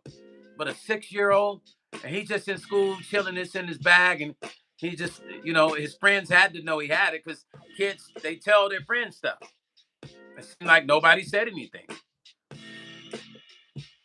Ellie said, nah, like I said, he really left me. What? Ellie, don't come up in there fucking around. Don't come up in there fucking around with me. I ain't playing no motherfucking games with your monkey ass today. Do not come up in my motherfucking channel fucking around playing your troll ass shit. Because today you will be blocked permanently. I'm going to give you one more chance, you peanut headed motherfucker, you. Don't come up in my channel fucking around. Don't play no games in my channel. Ain't nobody got time for your bullshit. Nikki say, and baby, that's crazy. I know. Nikki.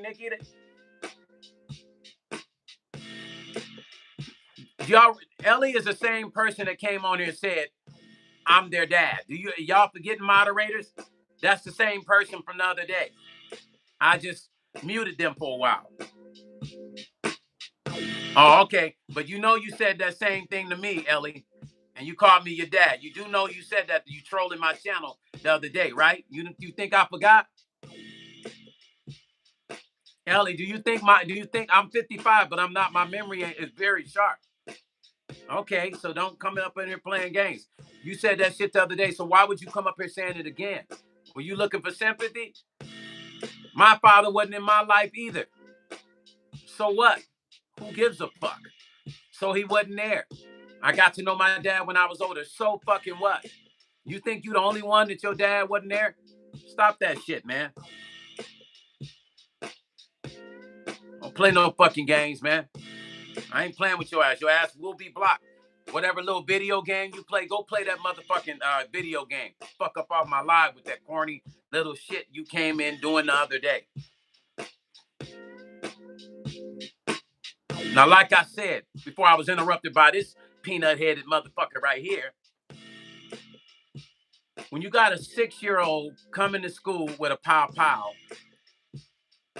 what's up, Cherry P? You got it. They should have went after those parents too, y'all. It shouldn't have been all on that administrator. I would have sued the school and I would have sued the parents. Yeah, I would have sued both. I wouldn't have just went after the school district. That's a cool 10 million, but I would have went after the parents too to teach their asses a lesson. Because where did the little dude get the gun from? Where did the little dude get the pow from, you guys? Let me say something real quick. Change the subject for a second. YouTube got some really strange little, just real trolling ass alien motherfuckers up in here. They come on, they pick the strangest thing to say, and they'll keep saying the same thing. Cece said, I think they went after the parents. It didn't say it though, Cece. It said nothing about the parents. It talked about the school district and them suing them, and that pretty much the money is there. She won, and then they're going after that principal.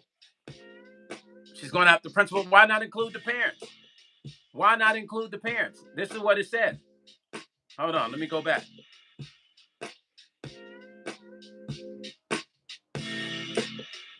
It says Parker, who's being sued, says defense argued that the powing was unforeseeable and that the safety was a shared duty. So her defense said that it's a shared duty. It shouldn't all be on her, right?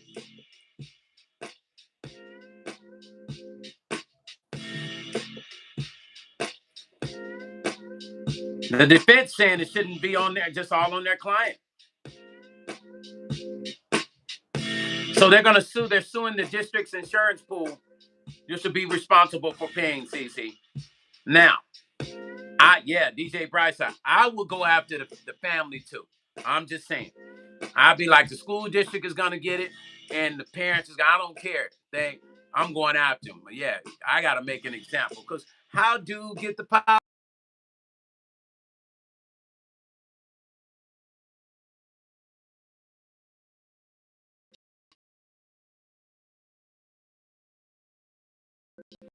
I'm sitting in the water, but guess what? I almost drank, and I didn't look at it. It was open, right? I almost drank this. I was about to do that. I picked this up to drink it, but I almost did it by mistake. Damn. DJ Brightside says, Stone, you got me in tears. DJ Brightside, you know how we do. Nikki said, just because a father, daddy, sperm donor, whatever you call it, it doesn't matter about how babies are able to get a pow and react that way as well. That's horrible. Yes, Nikki, facts. Which, once again, I'm curious to know, Nikki, like, where could the little 60-year-old dude get it from? DJ Brightside said the whole situation, DJ Brightside, it is peanuts, right? That's not even close to nothing normal. It's crazy. Like, because you got to think, like, for him to have this, he had to have seen an adult have this. He had to have seen an adult have this, right? And he was pretty much on target. He hit the hand and the chest. I'm sure he was that close, though.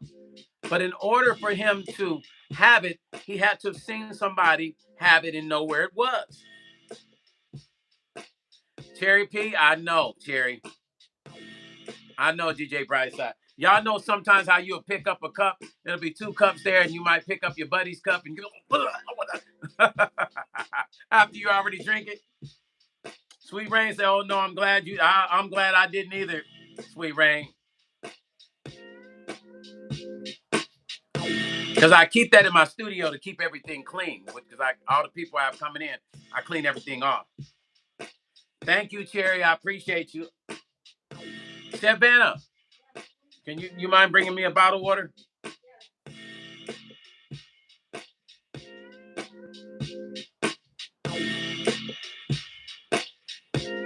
Yeah, I will, Mystique. Thank you. I'm still trying to figure out where little dude got his thing from. I'm trying to figure out where little dude got his pow from. You think they would have said, though? Honestly, you think they would have mentioned where? Thank you. You think they would have mentioned, you guys? Can you put one in the fridge? Put in that way it's the freezer upstairs so it get cold. So that way I got it cold. Thank you.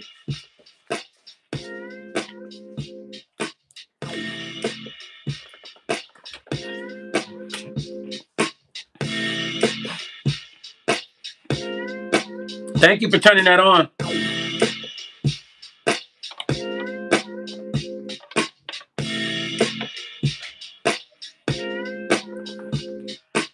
You think they would have talked about where that came from, right? Okay, so today, you guys, my brother and I had a long conversation. You know, my brother was nominated for Album of the Year with Chris Brown's 11:11 last year. We won that Grammy for Album of the Year, right? The company, all of us. I'm a part of the company, right? So him and I were talking about the Grammys this year, and we were on the phone for about an hour this morning talking about the Grammy. We're moving on to the conversation about the Grammys. And we were talking about the Grammys and how everything has changed with the Grammys and how crazy things are, right? So here's a list of the nominees with the Grammys right now, right? 2026 Grammy Awards. Now, I didn't submit my album this year. I didn't submit any singles or any albums. Next year, I will submit a single and an album. The album I should be done with, so I'll submit it next year, right? So here's 2026 Grammy Awards leading the fields. Kendrick Lamar is leading. He has 9 nominations, and he'll be looking to repeat in several categories, right?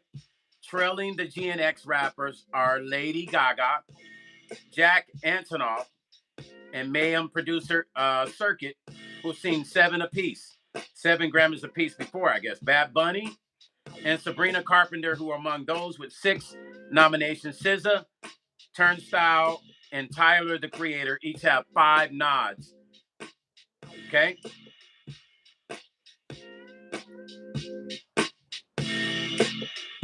Now, Kendrick Lamar swept his category last year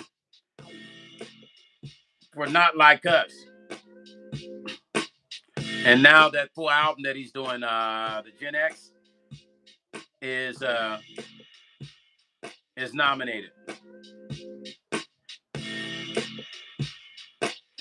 Bad Bunny, Clips, Justin Bieber, Lady Gaga, R&B upstar Leon Thompson, Sabrina Carpenter, Tyler the Creator. None of the nominees have ever won this category. Now, none of these artists have ever won this category, although everybody except Leon Thompson, Clips, and Malice has been nominated in the past.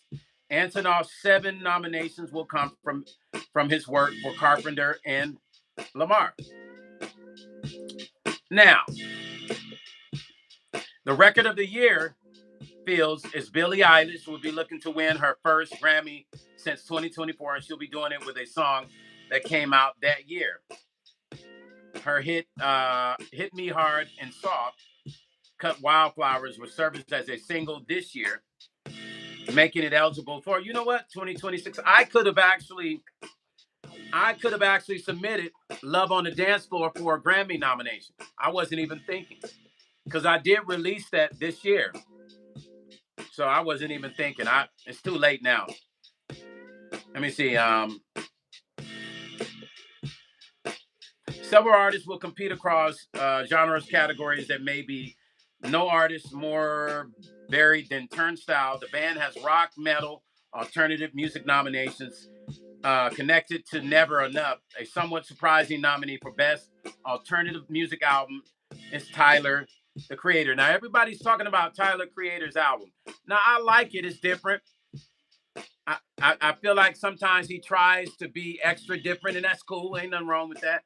Erykah Badu loved this album. Tyler, the Creator, who has his second eligible album of the year. Don't Tap the Glass, Secured a Nod, the 2-time Best Rap Album winner, also has 3 rap nominations, all associated with Chromacopia. Elsewhere, Paramore singer Hayley Williams has 4 nominations spanning rock and alternative music categories. And of course, there's a lot of new first-time nominees, you guys. Dejan, who's up for the Producer of the Year, Non-Classical, and Album of the Year. I know you guys don't know who that is, but his contribution to Justin Bieber's Swag, he's the producer of that neo-traditional country rivalist Zach Top, pop favorite Addison Rae, British singer, songwriter, and producer, and Pink Panthers, and Messy artist Lola Young. Those are new artists that have nominations, right? Now, here's the thing. Here's the thing about the Grammys, so you understand. The Grammys are very political, you guys. It's a very political arena, right? So people say, well, Stone, I get other Grammy members say, are you submitting your album this year? And I last 3 years, I haven't, 2 years, no, 3 years, I haven't submitted any of my records. Next year, I'm going to submit, and I'll submit every year next year. I have been considered for probably like 4 Grammys, but haven't won, nor have I got a nomination. So just letting you know. But even to be considered is an honor, but to get a nomination is huge. And to win is even bigger. But no, there's a lot of artists that think that you can just become a member of the Grammy Awards, RIAA, and you can submit and win. It doesn't work that way. There's artists that have been in this business for 60 years and still have not won a Grammy. Okay? Do you remember the group Steely Dan? If you don't know who Steely Dan is, I want you to look up Steely Dan and look up their history. Steely Dan has been in the music industry since the 70s. I want to say almost late 60s. And they finally got a nomination maybe 10 years ago. All those years they've been in the business. So because you are a member of the Grammys does not constitute you to get a nomination or win. You can be considered, but still doesn't mean you're going to get a nomination or win it. And it's not easy to become a member of the Grammys. You have to be either recommended by somebody that's a member, or you have to have enough records out for them to go, okay, how many records have you had out in this time period? Okay, you can apply to become a member. That's how they do it. It's beautiful to even be considered for a Grammy. So let's say you don't get a nomination. Let's say your album is submitted and you did not get the nomination. It's okay. It's quite fine. Rome wasn't built in a day. Rome was not built in a day. Grammys will come at the right time. If you're an artist and your goal is to just get a Grammy, and if you never sold one record, but your goal is to get a Grammy, let's operate with reality. You must operate with reality. You got to first put albums out, and you got to first sell some albums, at least create some sort of atmosphere as an artist before you think about even talking about a Grammy. Nikki say, Uncle Stone, submit your work. You're phenomenal. I have, Nikki. I've submitted 2 of my albums and some of my singles, and I've been considered. You're considered. When you're considered, you can submit. So I've been considered. That's an honor to be able to be considered to even submit. So from here on out, starting next year, I will be submitting every single year. Win or lose, doesn't matter. I'm in the game. I am in the race. As long as I am in the race, I'm already halfway there. Shall I say 70% there? The rest is politics. Now, my brother was talking, we didn't get a nomination this year with the company, but it's okay. We'll get it next year with his album. I am, yes, sir, DJ Brightside. I am next year. 2026, I'm submitting my album for the Grammys. And I'm probably going to do a couple of my singles in the album for the Grammys.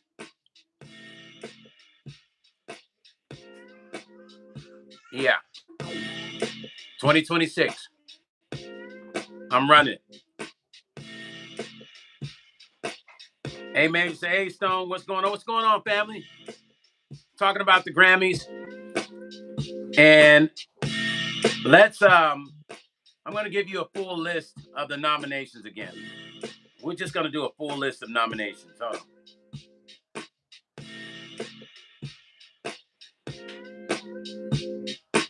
I usually can pull up my Grammy portal and give you the full list. But here's a full list of nominations.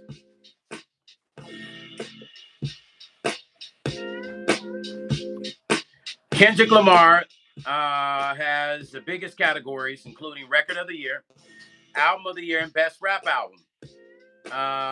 Even the movie Sinners scored nominations for its cultural impact. The competition is stiff in the Best R&B Song. See, Best R&B Song that's gonna be a tough category with Chris Brown. Chris is nominated again. Hopefully we win again. Now, we don't have an album with Chris, but for the sake of Chris being a part of my brother's company, my fingers are crossed for Chris this year again. Last year we won as a company. My brother and them, they took home album, R&B album of the year for the 11/11. Hold on. Hold on, you guys.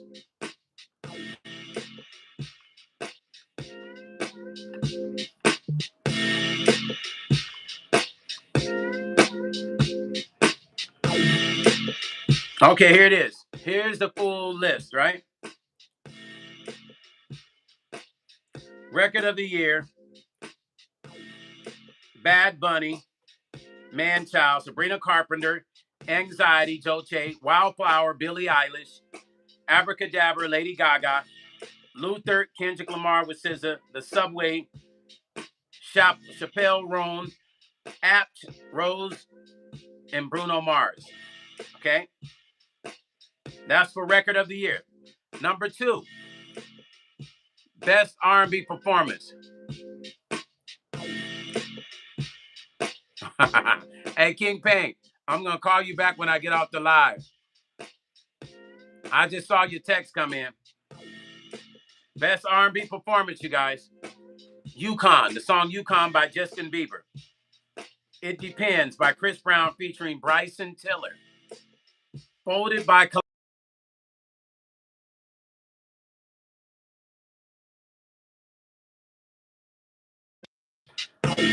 Heart of a Woman, Summer Walker. Hey, I don't know, y'all. I'm going to be honest with you. Hold up. Hold up. Best R&B performance? Ooh-wee. I don't know. Let me just be honest. I love Chris Brown. That, you know, he's part of the circle and shit, but The Heart of a Woman, that record goes hard. So I got to be honest with you. I think Summer Walker is going to take it home. And y'all heard me say it. I feel like Summer Walker is going to take home Heart of a Woman. Take on best R&B performance with Heart of a Woman. That's just my thoughts. Okay? Album of the year. Here we go. Debbie Tear Most Photos by Bad Bunny. Swag by Justin Bieber. Man's Best Friend by Sabrina Carpenter. Let God Sort 'Em Out by Clips and Pusha T and Malice. Mayhem by Lady Gaga. Gen X by Kendrick Lamar. Mutt by Leon Thompson. I don't know. I like that Mutt song too. Album of the year. Ooh-wee. That's a tough category, man. Between Kendrick Lamar and Leon Thompson. And then Chromacopia, Tyler the Creator. So no. Between Gen X by Kendrick Lamar, Leon Thompson, Mutt, and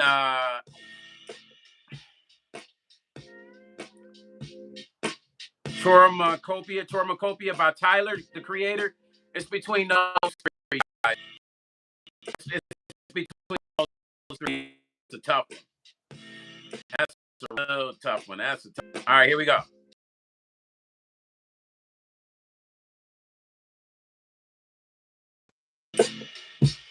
I wish people would stop calling my phone when I'm on my motherfucking live. Song of the year, you guys. Abracadabra by Lady Gaga. Henry Walter and Andrew Watt, songwriters. Lady Gaga. Anxiety by Jayla Hickman, songwriter Dolce. Apt by Amy Allen, Christopher Brody Brown, Roget Chatted, Omar Fetty, Philip Lawrence, Bruno Mars, Che. Young Park by Theron Thomas, Henry Walter, songwriters Rose and Bruno Mars. DTMF, Marco Daniel Barrio, Scott Dietrich, Benjamin Fallick, Benito Antonio Martinez, Ocasio, Hugo Renee.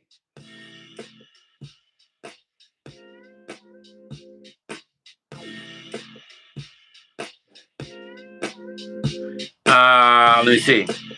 Golden from K-pop Demon Hunters. EJ, Mark, Summon Block songwriters, Hunter X, EJ, Audrey. Hey, check this out, you guys. On that DTMF, they got so many damn songwriters on that song. They got so many damn, listen how many songwriters they got on. This is when you know everybody's trying to get a Grammy. because let's say you're on my album. When I submit my album, if all of you guys are on my album, if I put you down as writers, when I win a Grammy, all of you guys are also able to get a Grammy as well. So DTMF got Marco Daniel Barrero, Scott District, Benjamin Fallick, Benito Antonio Martinez, Ocasio, Hugo Rene, check this out, Hugo Rene, Sencion Sanbria, Tyler Thompson, Spry and Roberto, Jose Rosado Torres, and Bad Bunny. That's freaking 11 writers. So they definitely are trying to make sure everybody gets Grammys. Even people probably ain't never had Grammys. They're like, listen, I'm going to put you on this song so you get a Grammy. Pay me back later. Okay, Luther. Look at all the songwriters on this shit. Oh, my God. Luther. It's crazy. Here's all the songwriters. Jack Antonoff, Roswitha, Larisha Baca, Matthew Bernard, Scott Bridgeway, Sam Dew, Inc., Kendrick Lamar, Selena Rowe, Mark Anthony Spears, Casimir Washington, songwriters Kendrick Lamar, SZA, and then Man Child, that's 11, Amy Allen, that's 12. Oh, no, that's wrong. So 10 writers on that song. I'm sorry, on Luther. Here we go. So the song, Man Child. Okay. Amy Allen, Jack Antonoff, Sabrina Carpenter, songwriter Sabrina Carpenter. She keeps her shit tight. She don't have a whole bunch of people. Wildflower, Billie Eilish, O'Connell, and Finesse O'Connell, songwriters, and Billie Eilish. Billie Eilish and them and Amy Allen, the Man Child, they keep that shit simple. You see all these other songwriters, this shit is crazy. Best New Artist category, you guys. Best New Artist category. Here it is. Olivia Dean, Kat Sia, the Marias, Addison Rae, Sumbry, Leon Thomas, Alex Warren, Lola Young. As for Best New Artist, okay? Best Pop Duo Group Performance, here we are. Source, let me see, Defying Gravity. Cynthia Erivo and Ariana Grande. Golden from K-Pop Demon Hunters. EJ Audrey, Nuna Rayami. Gabrielle Katse, Apt by Rose and Bruno Mars.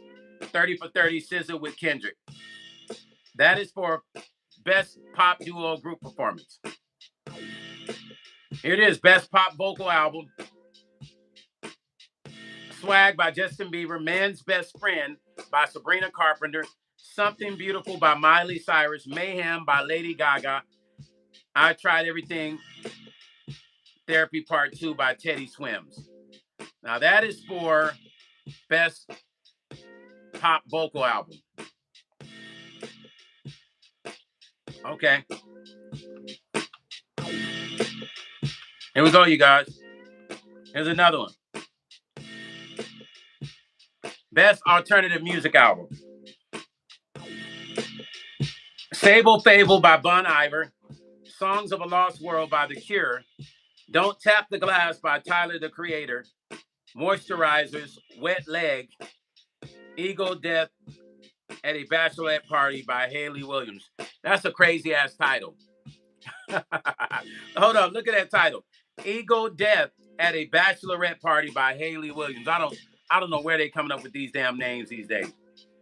Number 9, Best Traditional R&B Performance. Let's get it. Here We Are by Duran Bernard. Uptown by Layla Hathaway. I hope Layla gets it, you guys. I love Layla. Love You Too by Ledisi. Oh, I love Ledisi too. I actually made an outfit for Ledisi back in the day, and I never gave it to her. Cry Baby by SZA. Vibes Don't Lie by Leon Thompson. I don't know, y'all. This is a tough category. Best Traditional R&B Performance, which my album, one of my songs would have been in that category.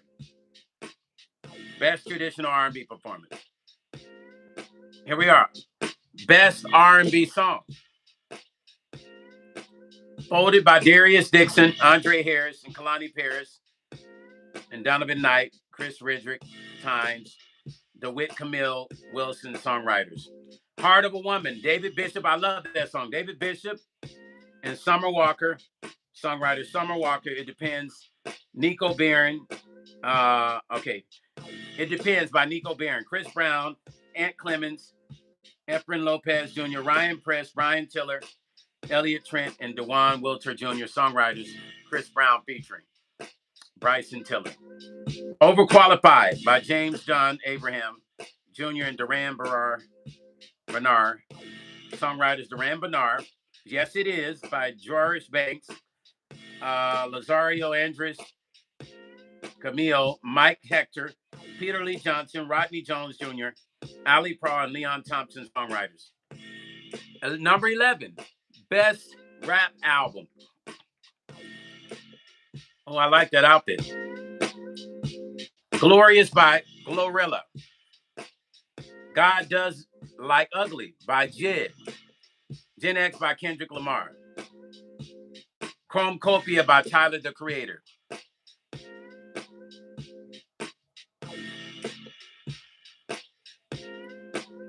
Sunny Days by Yolanda. Okay, here's another category.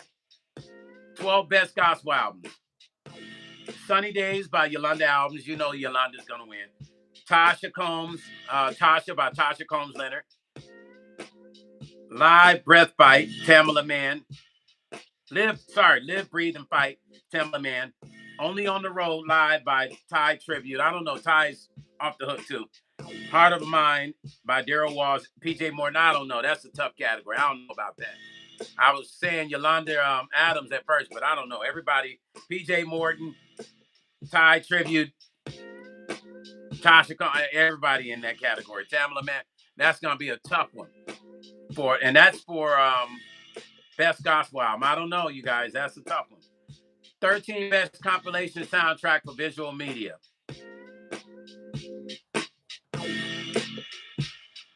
A Complete Unknown, Timothy Chalamet, featuring F1, the album, various artists. K-Pop Demon Hunters, various artists. Sinners, various artists. Wicked, various artists. That is for the best compilation soundtrack for visual media, you guys. Best score soundtrack for visual media includes film and television. Let's see what they say. How to Train Your Dragon by John Powell, composer. Severance Season 2 by Theodore Shapiro, composer. Sinners by Ludwig Göransson, composer. Wicked by John Powell and Steven Schwartz, composer. The Wild Robot by Chris Bowers, composer. This Grammys is crazy, but I mean, the hip-hop category and all this is just kind of weird, and the R&B categories, but these other categories are pretty interesting too. Number 15, Best Song Written for Visual Media.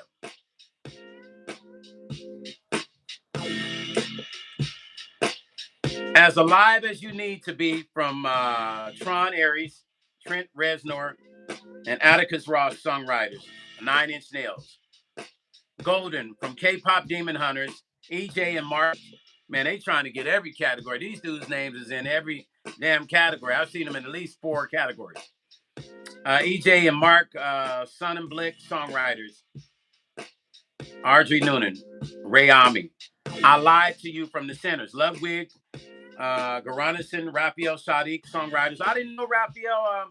Well, that actually sounds like a Raphael song. I think Raphael's singing on that. I Lied to You from the Sinners movie. Okay, Raphael, I see you.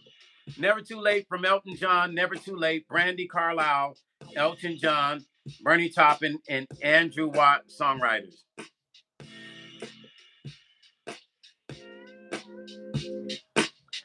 Pale Pale Moon from Sinners. Ludwig Göransson, Brittany Howard, songwriters. Jamie Lawson, Sinners from Sinners. Leonard Denisenko, Rodarius Green, Travis Harrington, Turkan Luklu, Chris Mingo, and Darius Povolinas, songwriters. Boy, these names is crazy as shit. 16 best music videos. I'm giving y'all the breakdown. Young Lion by Sade. Look at Sade, y'all. Sophia Miller, video director, Sade and Aaron Taylor. Dean, video producers, Manchild.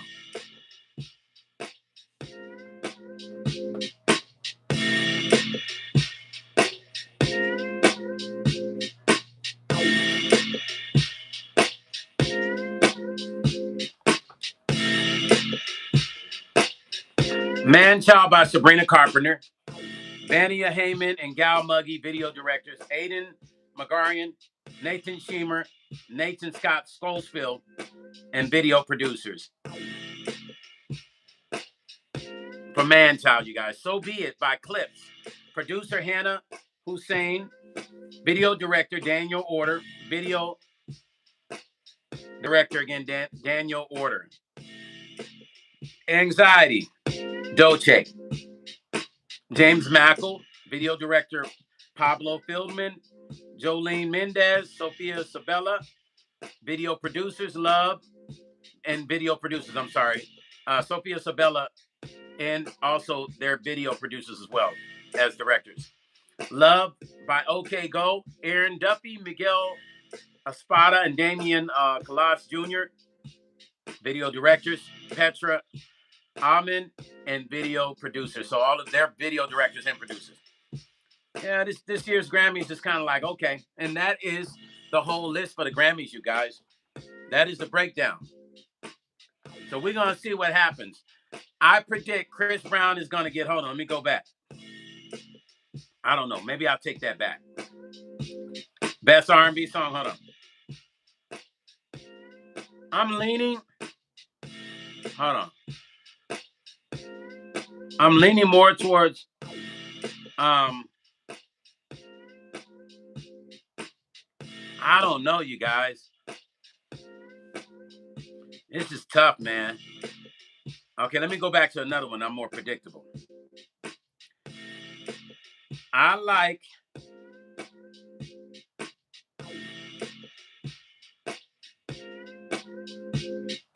do like that Vibes Don't Lie by Leon Thomas, too. I love that Love You Too by Lettucey. I love My Layla Hathaway, y'all. I'm sorry. I don't know. That's a tough category.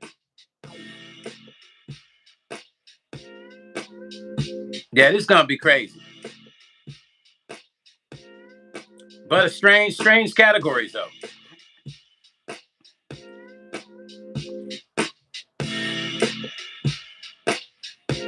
Okay, so here's the thing. Best New Artist is my prediction.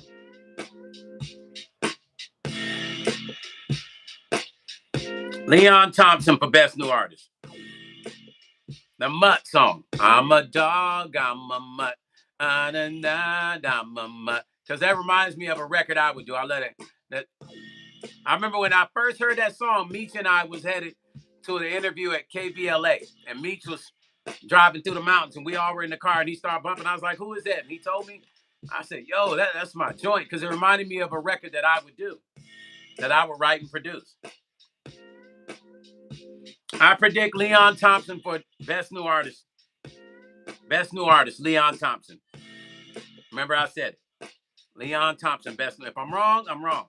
But I just feel it. Yeah.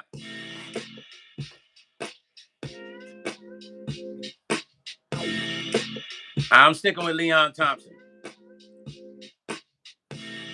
Best New Artist.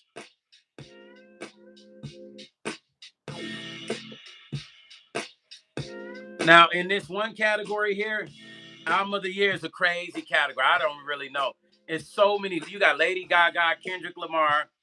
I do believe it's going to be between Kendrick Lamar and Tyler, the Creator. And Bad Bunny. I don't know, because Bad Bunny's been kicking butt this year. Clips and Pusha T been putting in work, too. I don't know, man. But here's my top three. Kendrick Lamar, Tyler, the Creator, and Bad Bunny. Out of those three, I feel like it's going to be Packy. What's up? What's up, Packy? Packy, what's happening, family?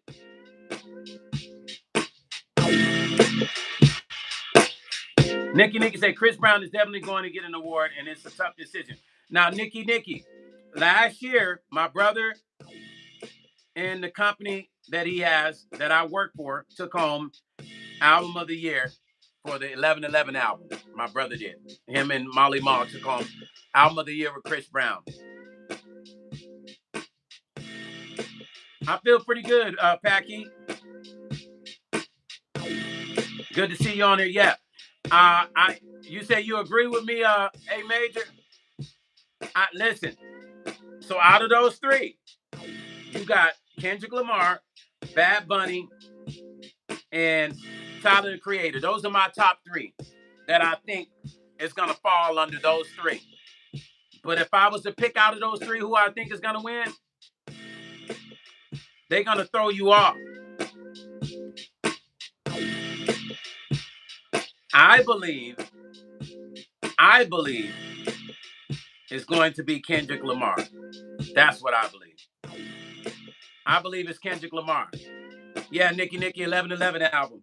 My brother produced that with him and Molly Mall.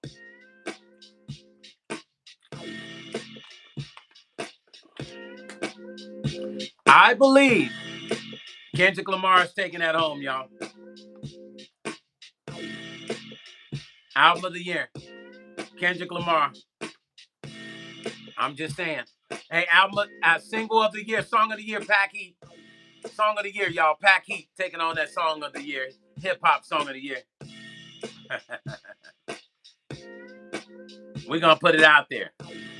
So when that happens, we're going to keep speaking it. Yeah, I believe that Kendrick Lamar is going to take home Album of the Year. That's just my beliefs. I mean, we were on here talking about that other story earlier, A Majors, but A Majors said the R&B category is going to be, no, here's the R&B category, bro. Let me read it to you. Shit's crazy, ridiculous. Okay, so here's Best R&B Performance. A Major, Yukon by Justin Bieber. It Depends by Chris Brown featuring Bryson Tiller. Folded by Kalani. Mutt, live from NPR's Tiny Desk, Leon Thompson. Heart of a Woman by Summer Walker. Now, if we want to go in Best R&B Performance, I believe that's going to be between Summer Walker for that song Heart of a Woman, because that got a lot of action, and then Mutt, if we talk about, Best R&B Performance, Leon Thompson, Mutt, and Summer Walker, Heart of a Woman. I feel like it'll be between those two. Understand? And Best R&B Performance. That's what I feel. Now, let's go to R&B Album. Let's go to Best R&B Album. That shit is tough.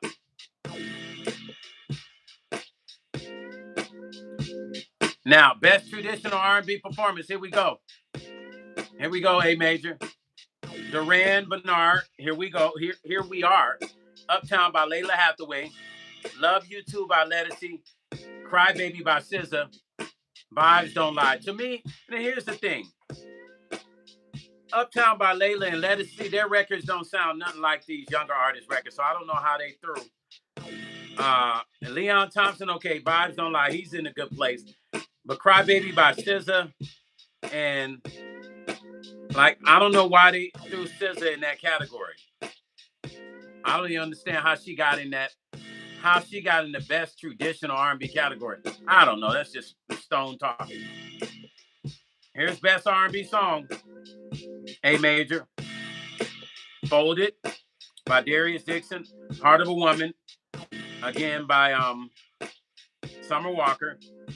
It Depends by Nico Barn. Overqualified by James John Abraham. Yes It Is by Jarice Banks. I don't know. That's a weird category right there. I don't even know about that shit. There we go. A Major, it's definitely tough. I agree. I believe between her and the Heart of a Woman. Because women have been right. Radio stations have been right. Only thing that's saving you is the heart of a woman. That song right there is That only thing that's, come on, man. I vibe with that song, and I'm not even a woman, but it's telling the story about y'all ladies, right? Only thing that's saving a man is the heart of a woman. I can relate to that song.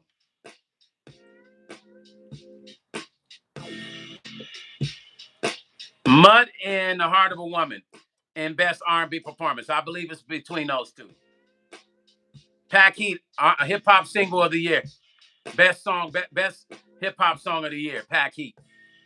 I think I saw Pac in that category. Pac, we're going to speak that shit into existence. Hey, Major say, man, this is tough. Summer Walker had it jumping. Yeah, I know. Okay, so you played it. Only thing that's saving you. That's what you call a solid R&B joint. Hey, Major.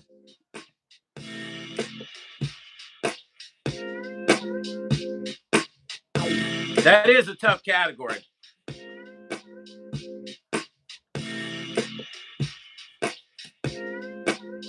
Yo.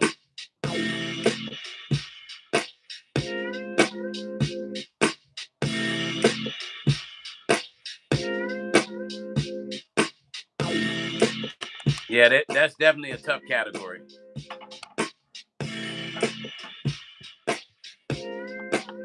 Yeah.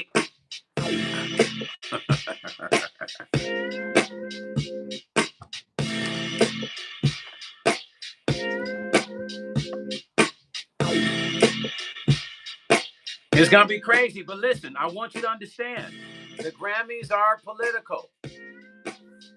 So when you see people up there, don't think that there's a lot of shit going on, a lot of this happening, a lot of this happening. Trust me, I know.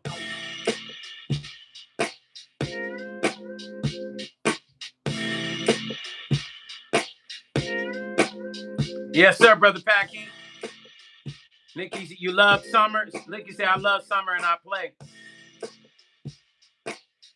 Packy say, thanks for the love, everyone. It's all good, Packy. You know we got you.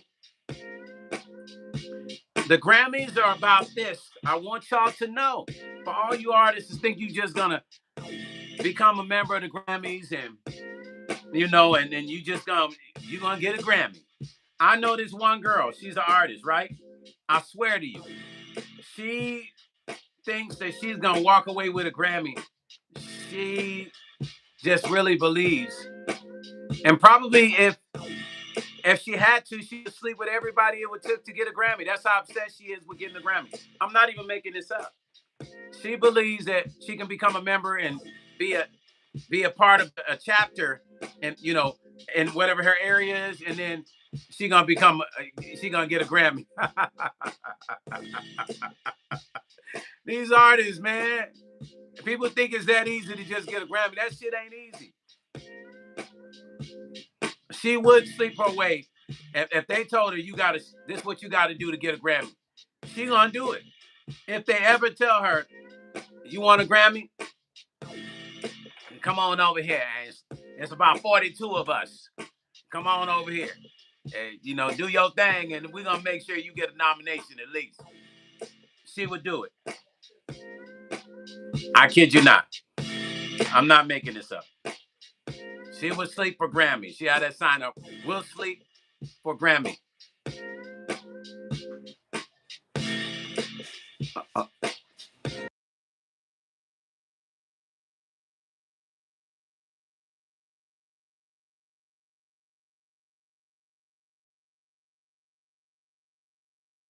All right, hold on, y'all.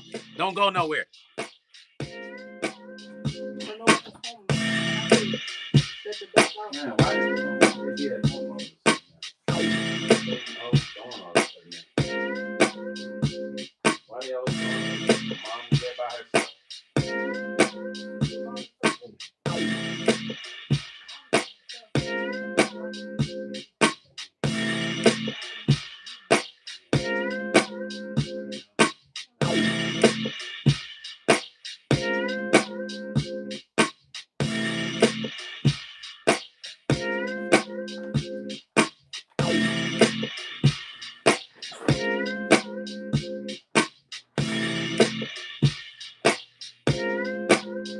Pac Heat for Hip Hop Album of the Year. Stack Heat for best new hip hop single. A Major say that's crazy. Sweet Rain say sad. A Major say Kalani had Tony Braxton, Mario, Neo, Tank, Brandy on the Folded remixes. Kalani was trying to do whatever she could because every remix actually helps with categories, right? With submitting in categories. Nikki say that's horrible.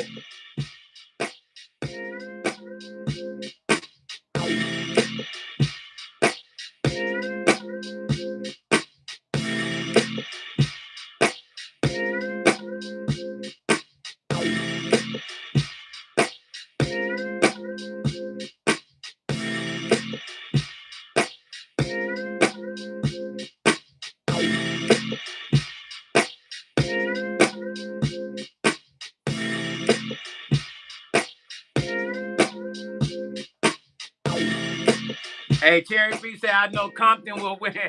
Hey, for real, because that's a different kind of record, Cherry. And records like that do sweep.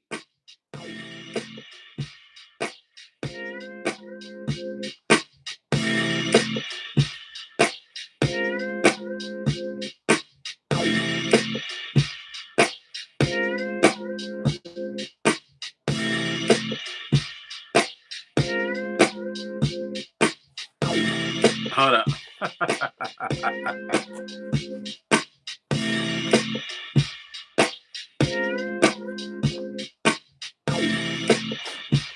I gotta make sure I drink this water, y'all.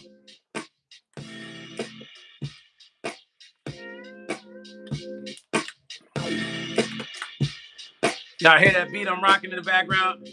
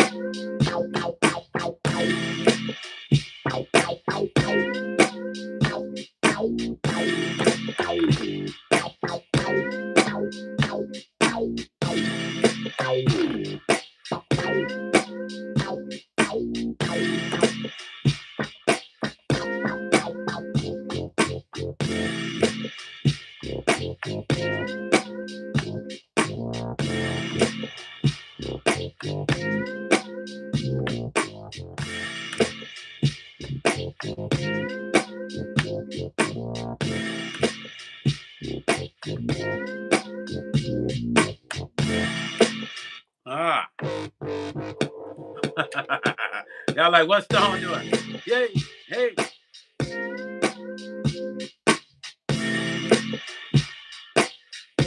That's right, Sweet Rain. Hey, Sweet Rain, want me to tell you something? If I was there, I would be backstage and I would take you with me, girl. I would take you with me, Sweet Rain. Yes, I would.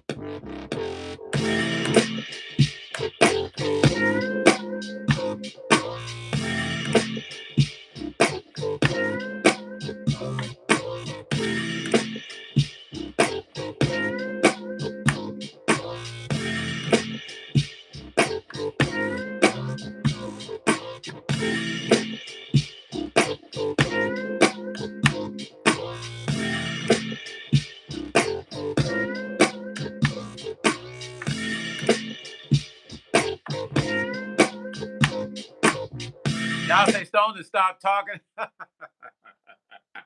said we're gonna mix some music and conversation, y'all. Come on, man. You feel what I'm saying? Yeah. That's nasty, right?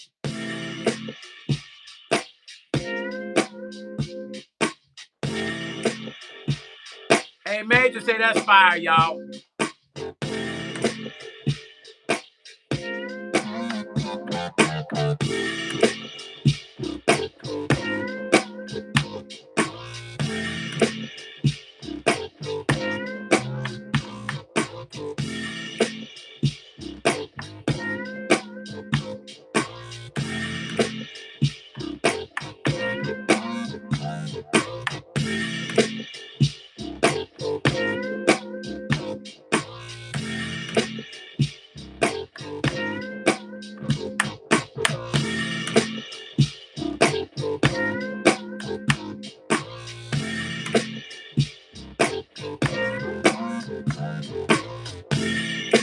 Yeah.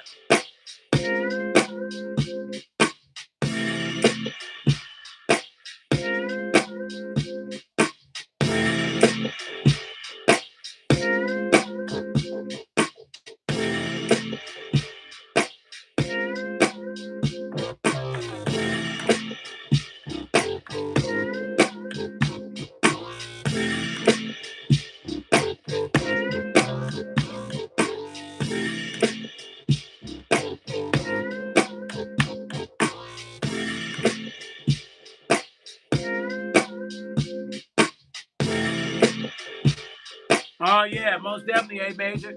Hey, I love that joint. I love that joint. I love it.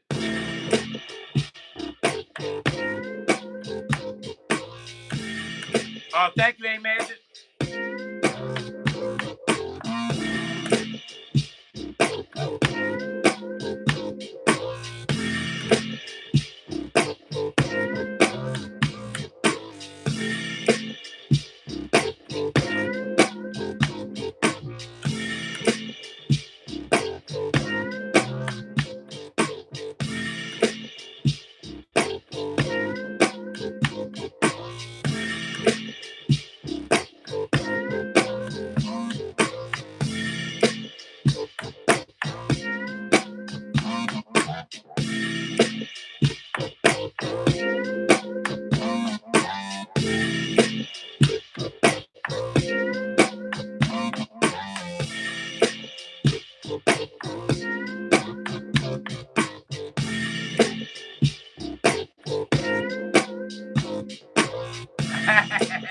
Hey, there go Cherry P.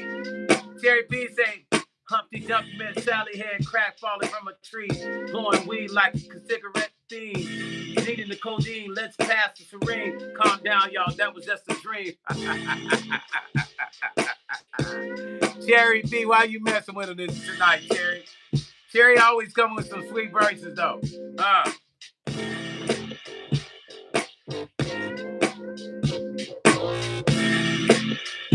Thank you, Sweet Ray.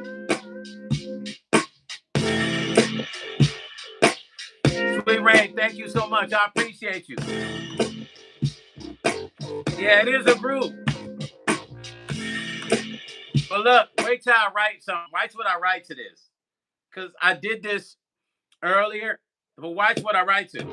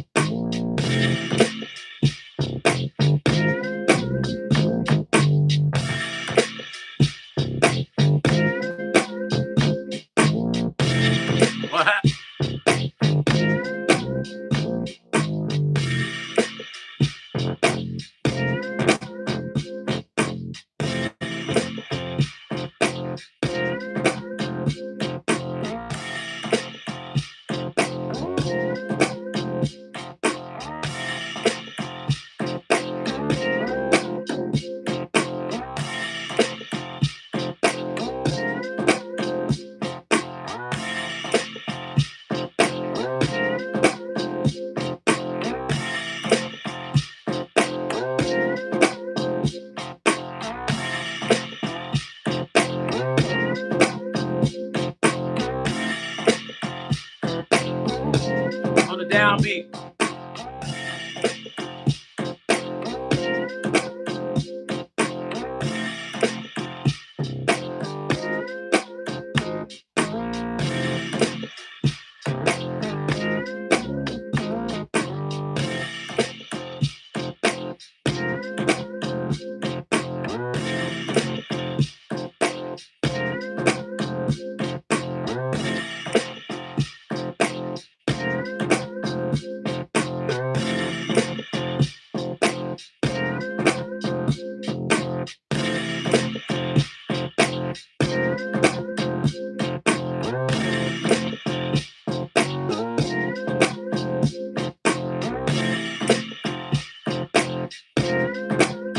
Nigga say, yeah, dreaming got some things.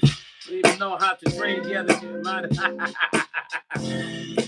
Nikki say, yeah, dreaming.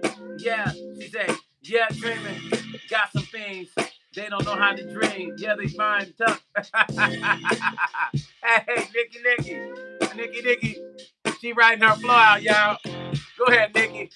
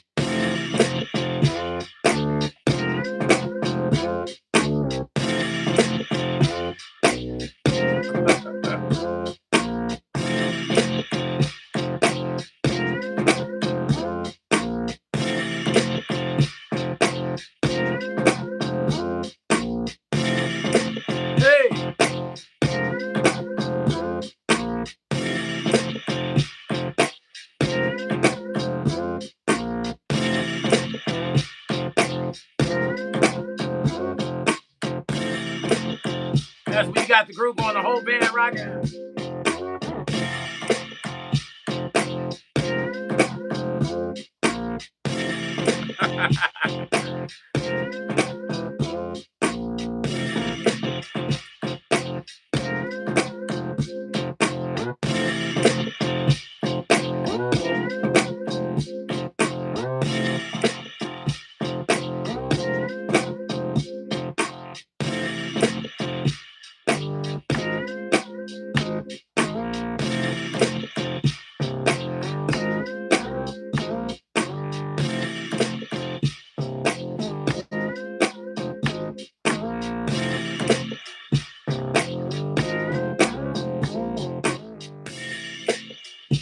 Shrine, come on. Go, Shrine.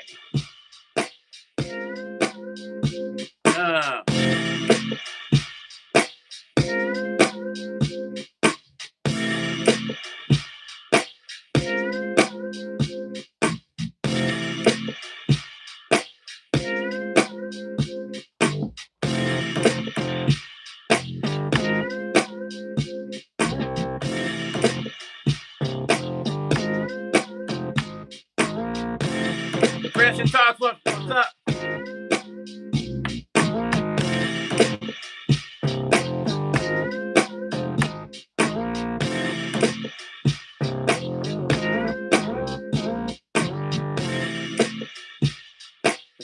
that thumbs up at the top of your brother Stone.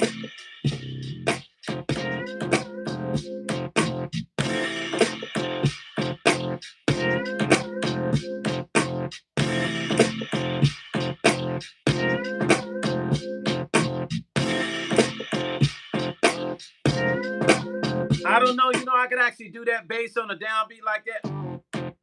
Or I can play that.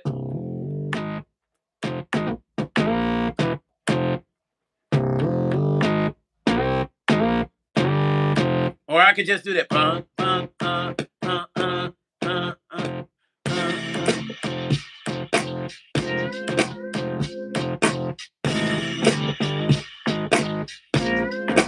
Ooh, hold up.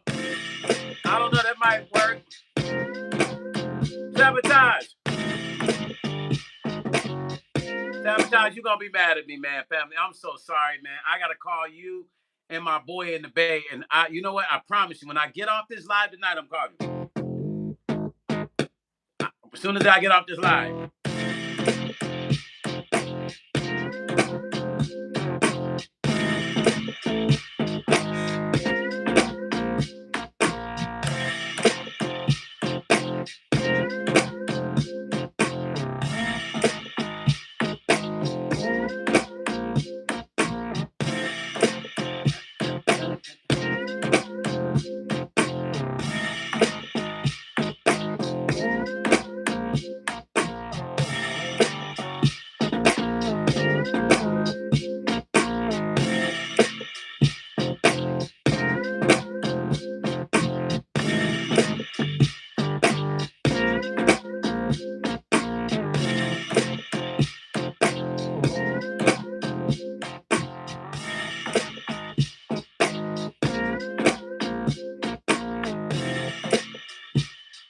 I kind of like that.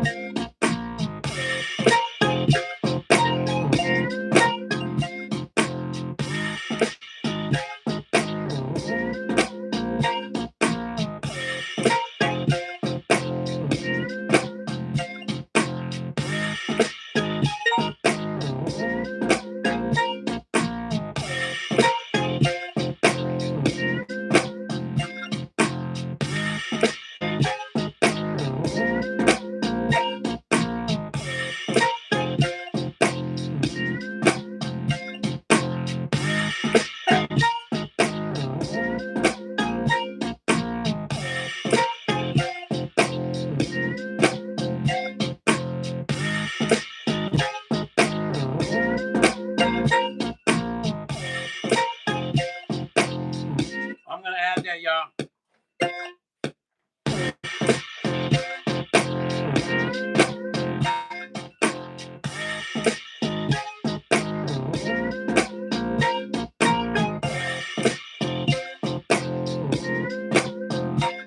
What's up, Nicole?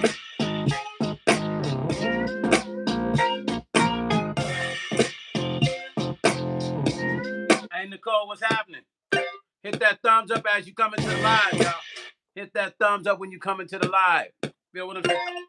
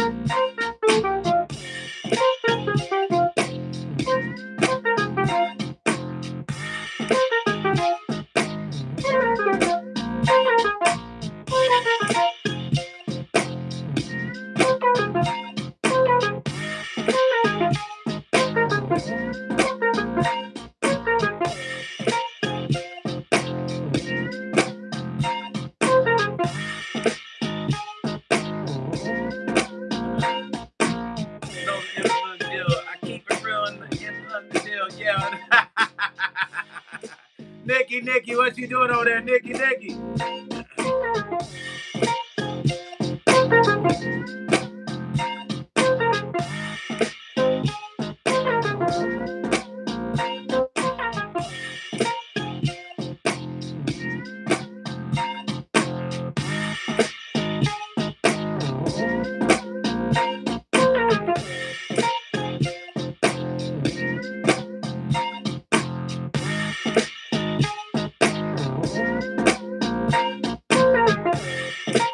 LM, what's happening, family? Hit that thumbs up at the top, LM.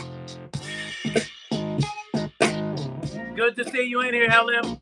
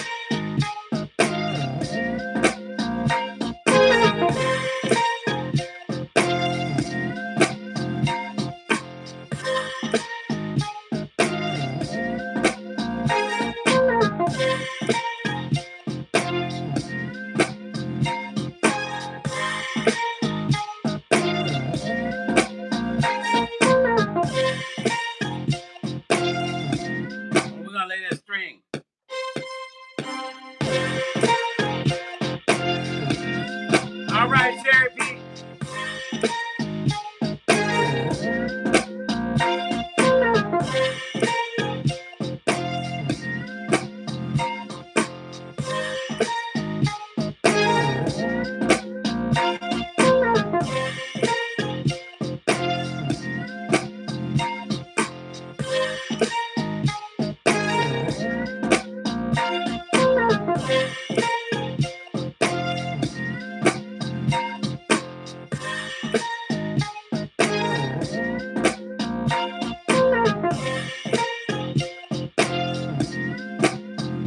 Hey, that's nasty. I ain't even gonna lie to you. That's just, ooh, wee. Super. That's super. You guys, that's super, super nasty. I love it, man. I love it. And it's got a good vibe to it, too. The vibe to it is nasty. Hold on. I'm gonna load up another some drums. I need some claps.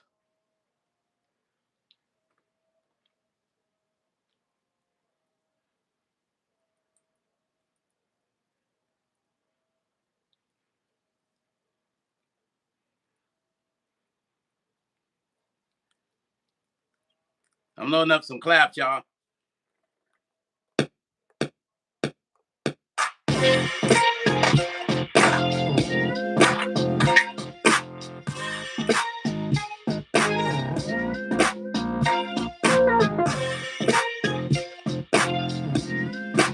Yeah, LM, your time is totally different than mine.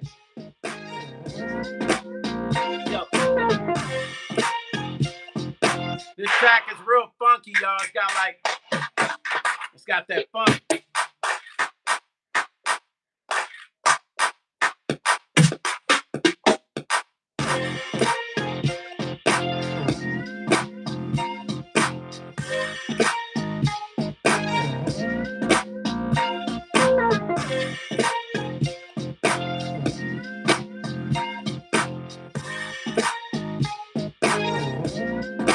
Man, let me say this. This is super nasty, y'all.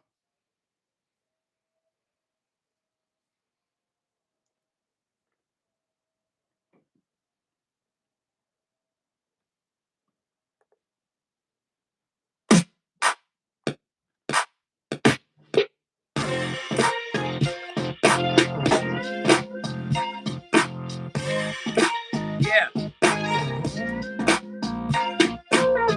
Hey, Cherry P, I'm gonna put some congos in it. That's a good idea.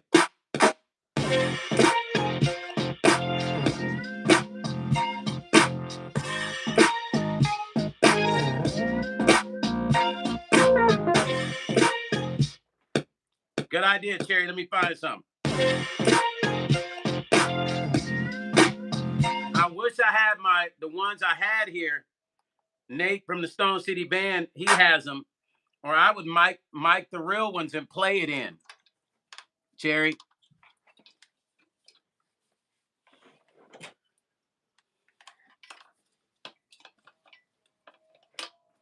I would actually mic the real ones and play it, Cherry. So let me find some after our latest. Let's clap and snare, and then I'll put it on there.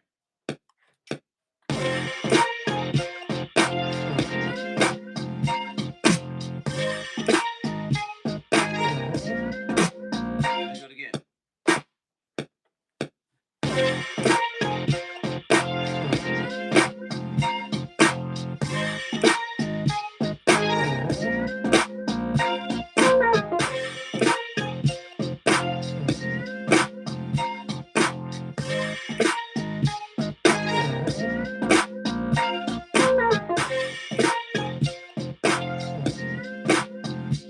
Do it again.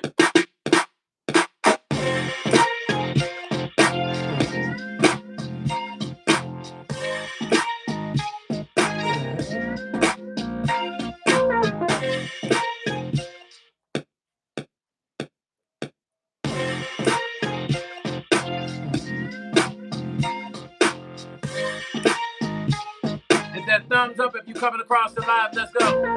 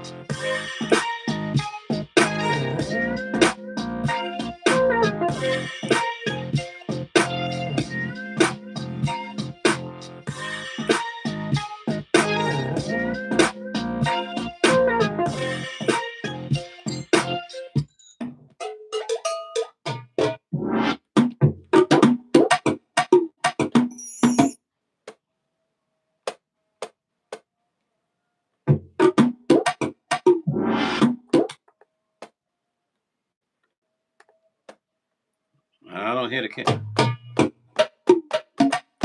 Hey, Cherry P.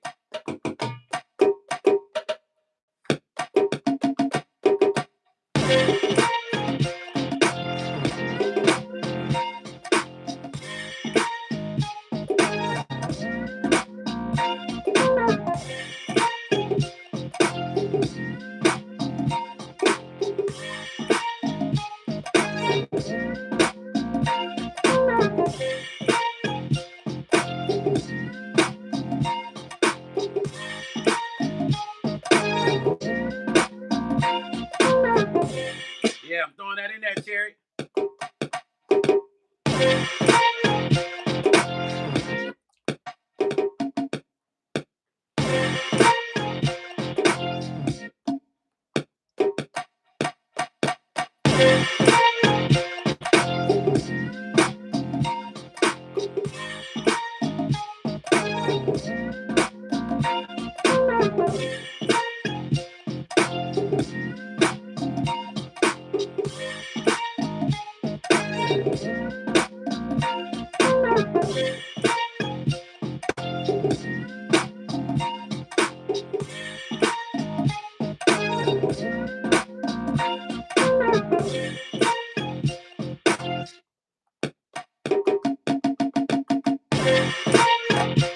Hey, what up, A Major?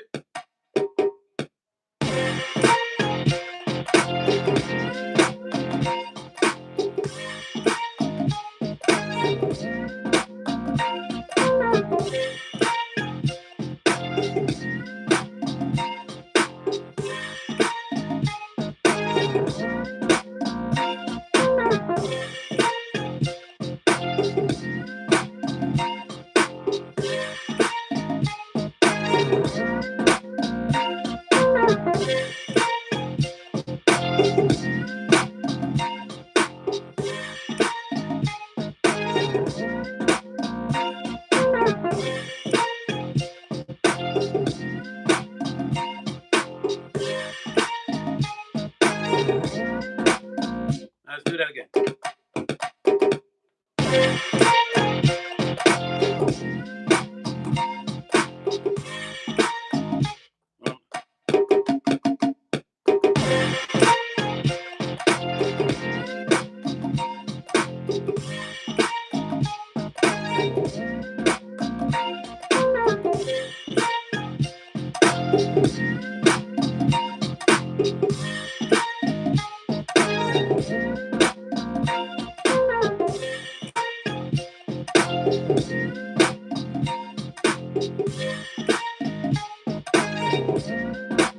One more time.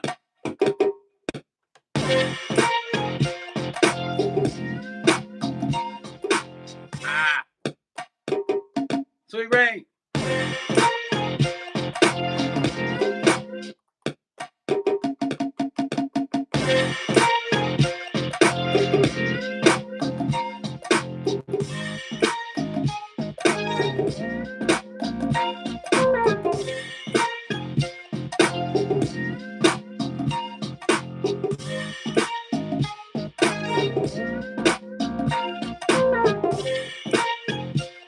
I'll play it again.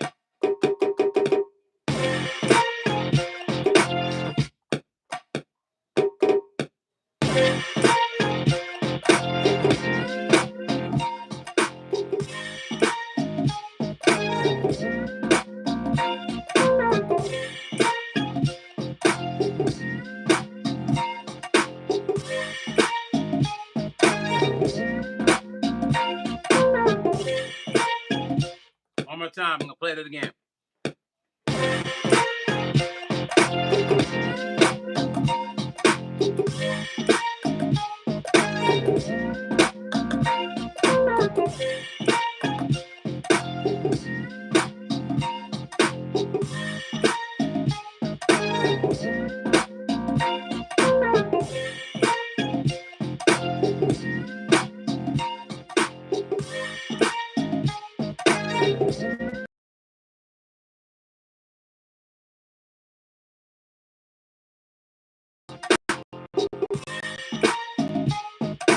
I'm going to play it one more time, y'all. What's good? What's good, Don Poppy? Hey, Major, say music creating what you hear in your head. Yeah. Tracy, okay, Mike, so you know what you're doing. I shall sit back and let the master of music do his thing. Listen, I just kind of go with a vibe. This track I could have went a few different directions with, y'all. I'm laying the bongo.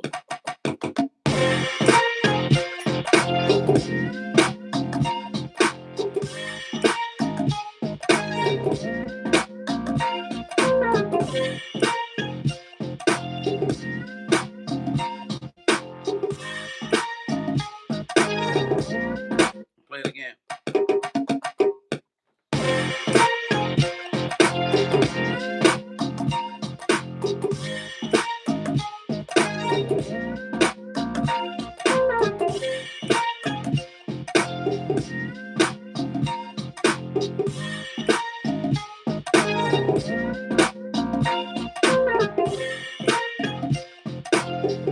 Play it again.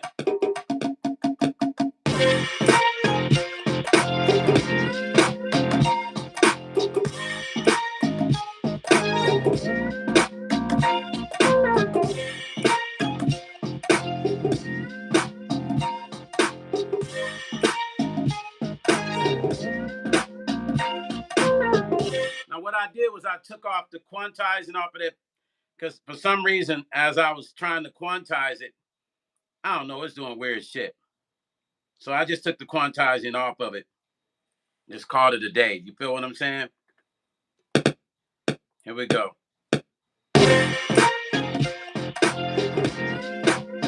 So this is like...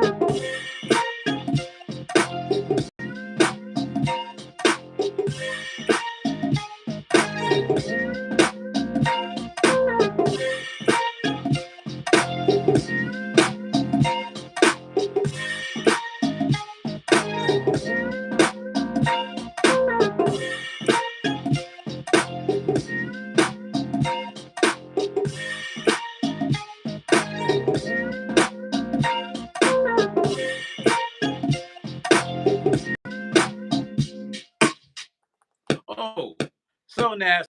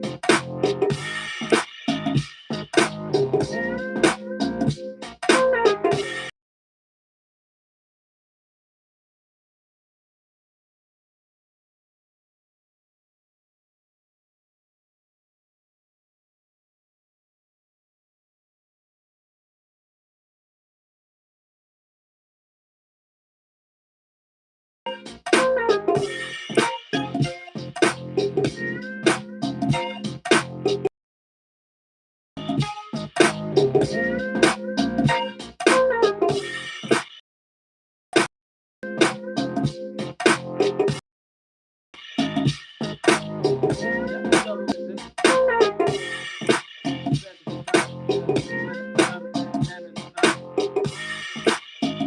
might West Coast hip hop compilation as a track, you guys.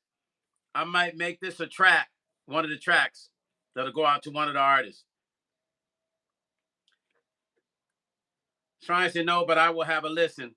What y'all talking about? Oh, you haven't heard my Christmas song, Shrine? It's at the top of my page here, YouTube page.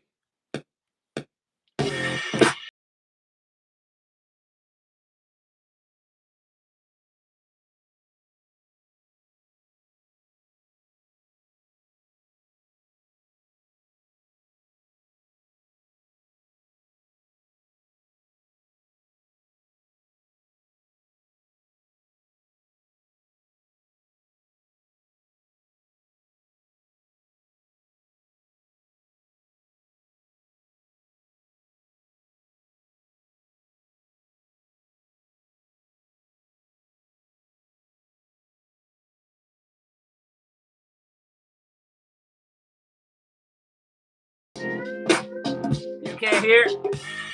Shrine, what can't you hear? Y'all can't hear me? Nobody, y'all can't hear me? You guys can't hear me? No sound. Okay, that's weird. What about now? Sound is back. That's weird, y'all.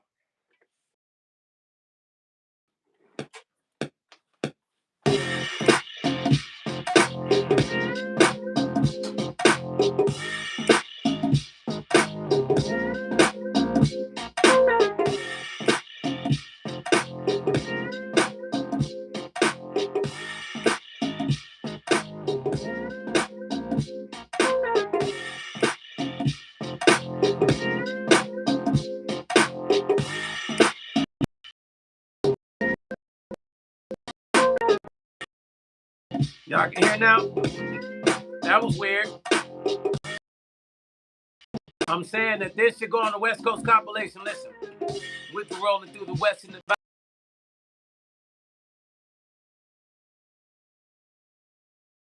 not as better be biased about it. Everybody something in total. We be tonight when they gunning and thumbing.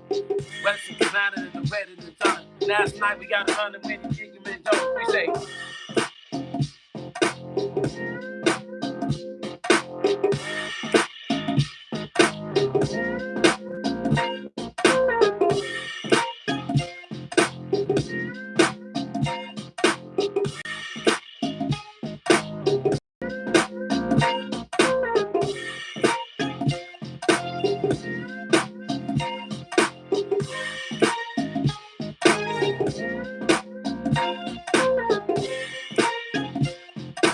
Now I need to lay a sub. Let me find a sub. Nice sub bass. And put with it.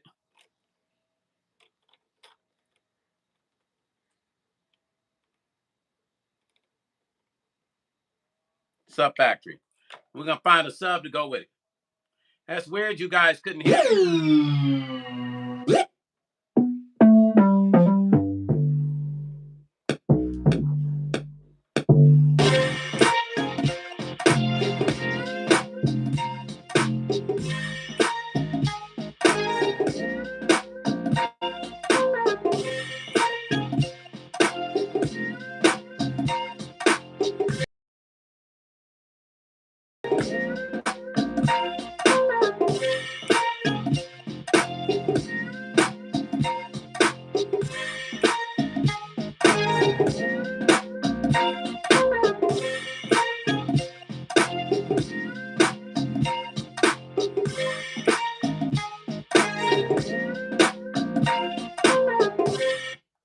We're going to lay this up.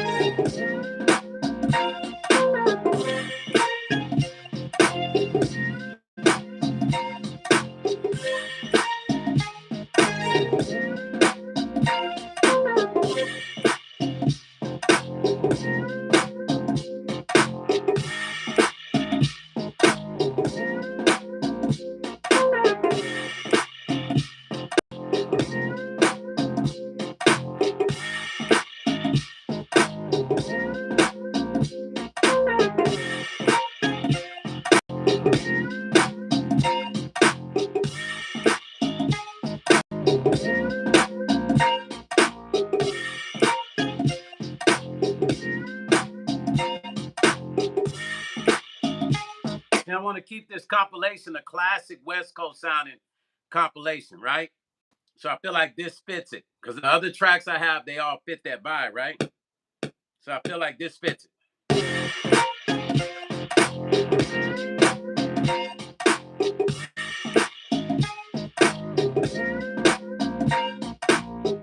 Thank you, Leanne.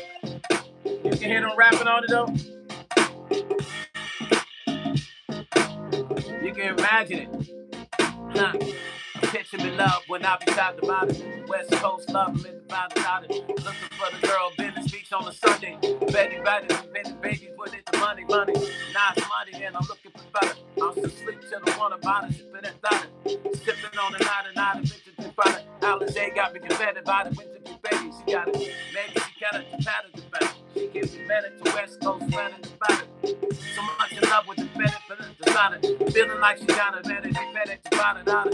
Maybe she can make it better now. She been looking for the better about it. We be taking it on and on, running until the break of dawn. But beat the drum, we say.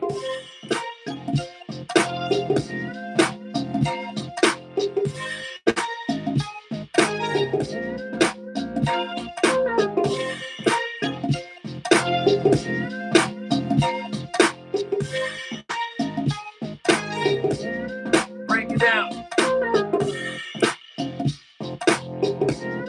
Hey, Cherry P, thanks for that idea for the.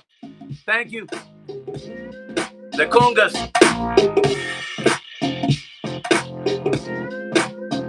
Hit that thumbs up if you're coming across this live.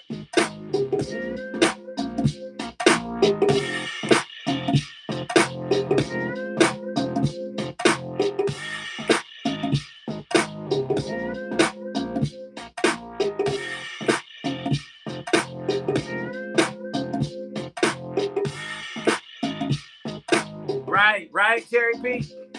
Cali, good day, rolling with the gun in the cush. Maybe the matter, the phone, the money, rolling the first. Sun shining so bright, and the beach is flooded. But it's minute to love, he got me under the body. See the ladies walking by like. We be the matter to love her when they earn the honor. Every the matter, the honors, honor, and we be.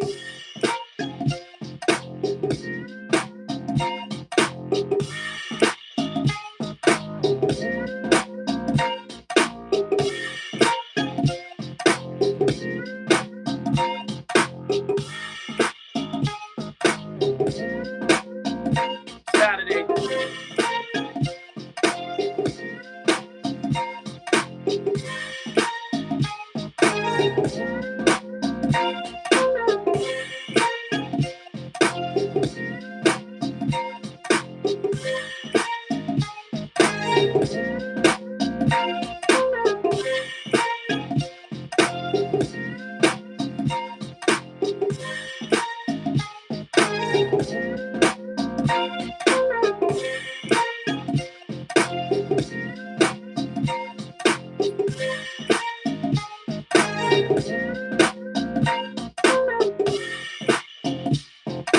This track's got a vibe, y'all.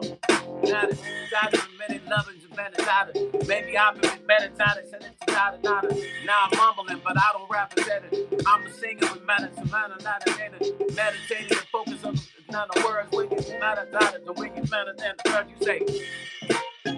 Yeah. What? Yeah, this got a vibe to it, you guys. The right rapper could really get down on this.